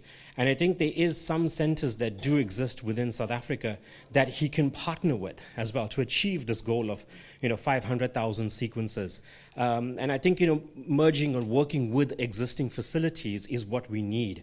And, getting government involved in this, because what is going to happen eventually is that these private entities will have access to all of this data, and government is left behind, again, trying to, bridge the gaps. So if we can try and get government to start funding a lot of this, or even being part of a lot of the conversations, I think that's where we need to start going forward. Thank you. Thank you. Hello, everyone. My name is Kanyezi Masondo from the University of KwaZulu-Natal. So I don't remember which was the doctor, but he was from the Yamak Biotechnology, and he mentioned that the precision medicine are less accurate in blacks. So, and he also mentioned that there have been tools that have been used, but they have seemed to be less effective. So I wanted to ask, which are those tools that have been used and why they have not been effectively, specifically in blacks? Thank you. Thank you. So what we're going to do, I'm going to ask each of the panelists to respond in 2 to 3 minutes. We've got less than 20 minutes. It's not my fault. I'm not being a bully. It's the previous session, starting with Rizwana. You can just respond, summarizing your sense of the questions, because they have a single recurrent theme. Yes. So I think, this is why we set up the European African Personalized Medicine Consortium, and we're lucky to have the European Commission fund it and see the worth in doing that. And Professor Ramsaran mentioned that there's a need for advocacy at the government level, and that's what we anticipate, that by getting this sort of context in order, by having robust stakeholder engagement at the ground level, there'll be more of a context that can be addressed. And this goes back to even when we started, and Dr. Nsomi also mentioned the fact that the research agenda and the funding agenda is dictated by the global north, and it would be, because we're not self-funding. We found that when we compared the research outputs in South Africa compared to Egypt, although they're comparable, South Africa has a lot of self-funding in its ecosystem, and where the research agenda is more or less directed through government. And so we find that the outputs are more relevant for our context, whereas Egypt, although they have a very high number of research publications, their outputs were largely leaning on collaboration with Europe. And so I think it's a discussion that needs to happen on all levels. Thank you.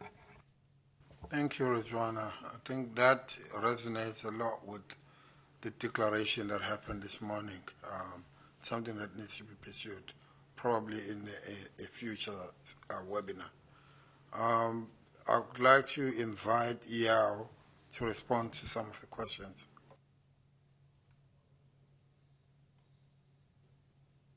I think, all the questions were very interesting, and I mean, I can touch on a couple of them. In terms of drug accessibility, I think that it's a very good point. Many precision medicines are not available or are not affordable for people in Africa. But sometimes the drug companies use the excuse that we don't have the companion diagnostic capacity to identify people. So many of these precision medicines require molecular diagnostic tests to identify patients who would benefit the most. Now, unfortunately, we don't have as much molecular diagnostic capacity across Africa. I mean, before COVID, you could hardly get PCR in many places. Now everybody's talking about PCR, but unfortunately, the way it has been deployed, it's mostly COVID PCR. So what we need to do is see a transition using these technologies that have been provided for COVID to now apply them to other diseases. But I believe that if we can begin to develop molecular diagnostic capacity, for instance, for cancer, if we can provide some of these oncology companion diagnostic services, then we can put pressure on pharma to make these drugs available. Pharma is not going to make the drug available unless they know that there are adequate diagnostic capacities to identify patients so that the drugs can be used properly. If you use precision medicine, if you use precision tools in a non-precise or an imprecise way, the tools don't work, and that makes the drug look bad, and pharma doesn't want that. So I think one way is to try to develop capacity locally to provide a companion diagnostics, then turn around and put pressure on pharma to provide these tools, these drugs at affordable prices. We are seeing a little bit of it happening. For instance, Herceptin is available for free in Ghana now. Roche is providing it. So there are ways that you can get pharma to provide drugs, but usually the barrier is access to adequate diagnostics to identify patients. So I think we can begin to address it from that angle and then apply pressure on pharma and also on governments to find ways to subsidize these treatments. I think the idea of private versus government, I fully understand. Yusuf and I both have started private companies.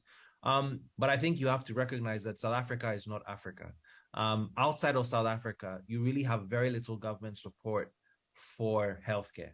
So South Africa, even though I know my South African colleagues always complain that it doesn't look as good from South Africa as it looks from the outside, I keep reminding them that even if it's not ideal, it's way better. You actually have an MRC. In Ghana, we don't have an MRC. Nigeria does not have an MRC. Many countries in Africa do not have any public funding for research. Ghana has a bill that has sat in parliament for 5 years to create a national research fund, and we still don't have one. So people like me who are starting private initiatives, what we are trying to do is we recognize that if we wait for government, we'll never get anything done. Of course, we look to find ways to partner with government as and when there are opportunities. So I think in countries like South Africa, where there is at least some public support for research and there is some funding, it makes plenty of sense to find ways to engage very early. In other countries where there is no public support, no government funding for research, private initiatives may need to take the lead. But I agree entirely that we need to look for ways as early as possible to engage with the public sector to try to make sure that access is guaranteed. But it's just one of those things where in many African countries, you just don't have a strong enough public sector engagement with healthcare. And so if you sit around waiting for governments to do anything, you sit in meetings for 5 years and achieve nothing. So I think it's sort of a pragmatic approach that some of us are having to take. And it will differ for different countries. And so the approach will have to be tailored depending on the environment. I think there was a question about what tools. Finally, there was a question perhaps directed directly to me about which tools don't work as well. There are certain, 23andMe, for instance, is a company that makes diagnostic tools that are, they use polygenic risk scores, which Yusuf mentioned, to try to determine your risk for developing a particular disease.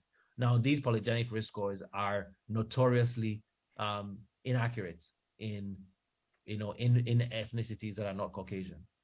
So that's just one example where we need polygenic risk scores that are developed based on more diverse data. Currently, many of these are not very well developed.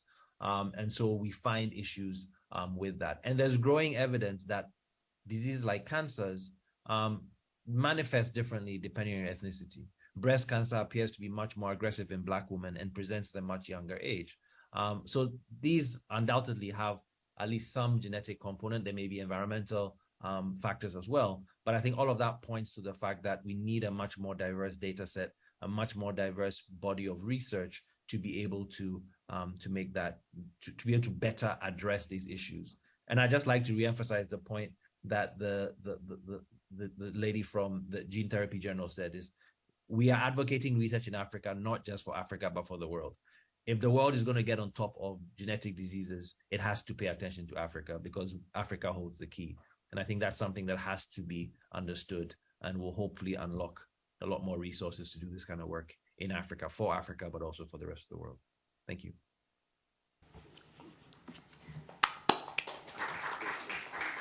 Thank you, Yao. And I guess I see George gesticulating, agreeing with you, Yao. And I guess in the interest of mobilizing the vote for my re-election as president of Africa Bio, I want to assure you, Yao, that this convention that you missed has seen a number of startups from across the continent, and you've actually pointed a key to how we tackle this problem, because even as we have the view that South Africa has a lot of funding for the public research system, it is absolutely there's a lot of disequilibrium, and there is a need for startups like yours to step onto the plate and fill the gap. And I think I've been encouraged by what I've seen in this convention. And you are a beacon of hope. With that, I'd like to ask Yusuf to step on and maybe dispute the fact that he, as an American, is blessed. Yusuf. I know, appreciate it. No, look, I echo everything y'all said. The future of precision medicine is in the Africa diaspora, and so that's why I had to look at this globally when I did the MIT hackathon 2 years ago, and looking at how to address these things. Unfortunately, the diversity trials spread across the globe. So even here in the U.S., with all the funding that we have, there is that lack of diversity, even the African American diaspora, where we're still struggling with looking at different disease areas that affect health disparities in Africa and here in African Americans. So I think the problem has been, globalized over the pandemic. And so, to touch on the Africa CDC work and effort, which has been tremendous with some of that public-private partnerships that I mentioned to you. But, again, it seems a little bit more siloed in just one track where, most of that work, if you hear about what's going on, it's pathogen genome sequencing. It's not whole genome sequencing that would benefit companies like mine and Yao, because it's really focused on, diagnostic around the COVID, as he mentioned. We need to spend some more energy with making sure that we're looking at also the disease prevalence and trying to use some of these molecular diagnostic technology, which is what Indigenous does. The next gen sequencing platform that is required to start looking at the human genome has now been advanced to where it is able to map the entire human genome. Unfortunately, small studies that have been done on Africa diaspora have identified what Yao mentioned, that about 10% of the genome that were identified in Africa diaspora genome sequence are represented in no libraries across the globe. That's a big problem. You have about 3 billion genes in your body, so that's about 300 million genes that are not being represented in any libraries across the globe, and we're expecting to use these particular libraries to drive drug discovery and drug development. So, I do agree that Africa CDC has been very engaged due to the pandemic. I think what we would love to see now is us moving into more of, disease management and looking at how some of these molecular diagnostic tests that are accurate, but that's also a problem because of what Yao just mentioned, because a lot of these have only been tested within, Caucasian population and white population, which is where the health disparity and, some of the deficiencies in some of these tests like the ones he mentioned. And so, I think it's going to take that public-private partnership, that's going to be really needed to drive this further and make a lot of these things, prevalent country and on the continent by country. Because as Yao mentioned, some privileges that, South Africa has and being in Ghana, I was surprised to see that, they didn't have some of those other standards and research dollars that could be allocated in order to enhance the stuff that they're doing around sickle cell. A lot of the initiatives are being done through organizations like Clinton Health Access and Innovation and the Bill and Melinda Gates, which Orem Institute partners with in order to get funding for some of these in South Africa. So, I'm all for, like you said, governments getting involved, which was one of the questions that was brought up and comments.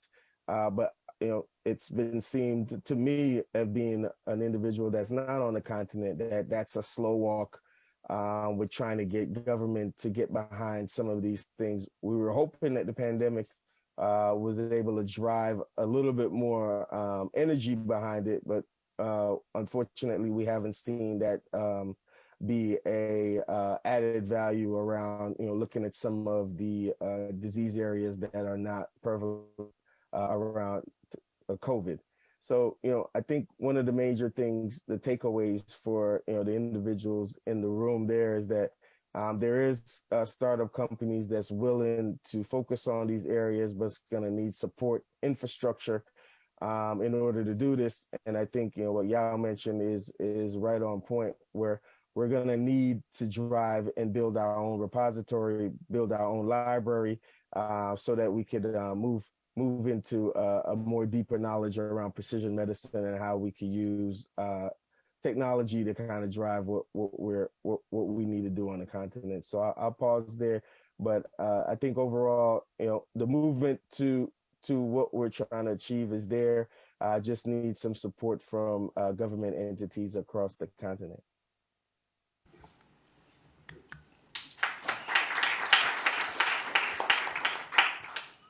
Thank you.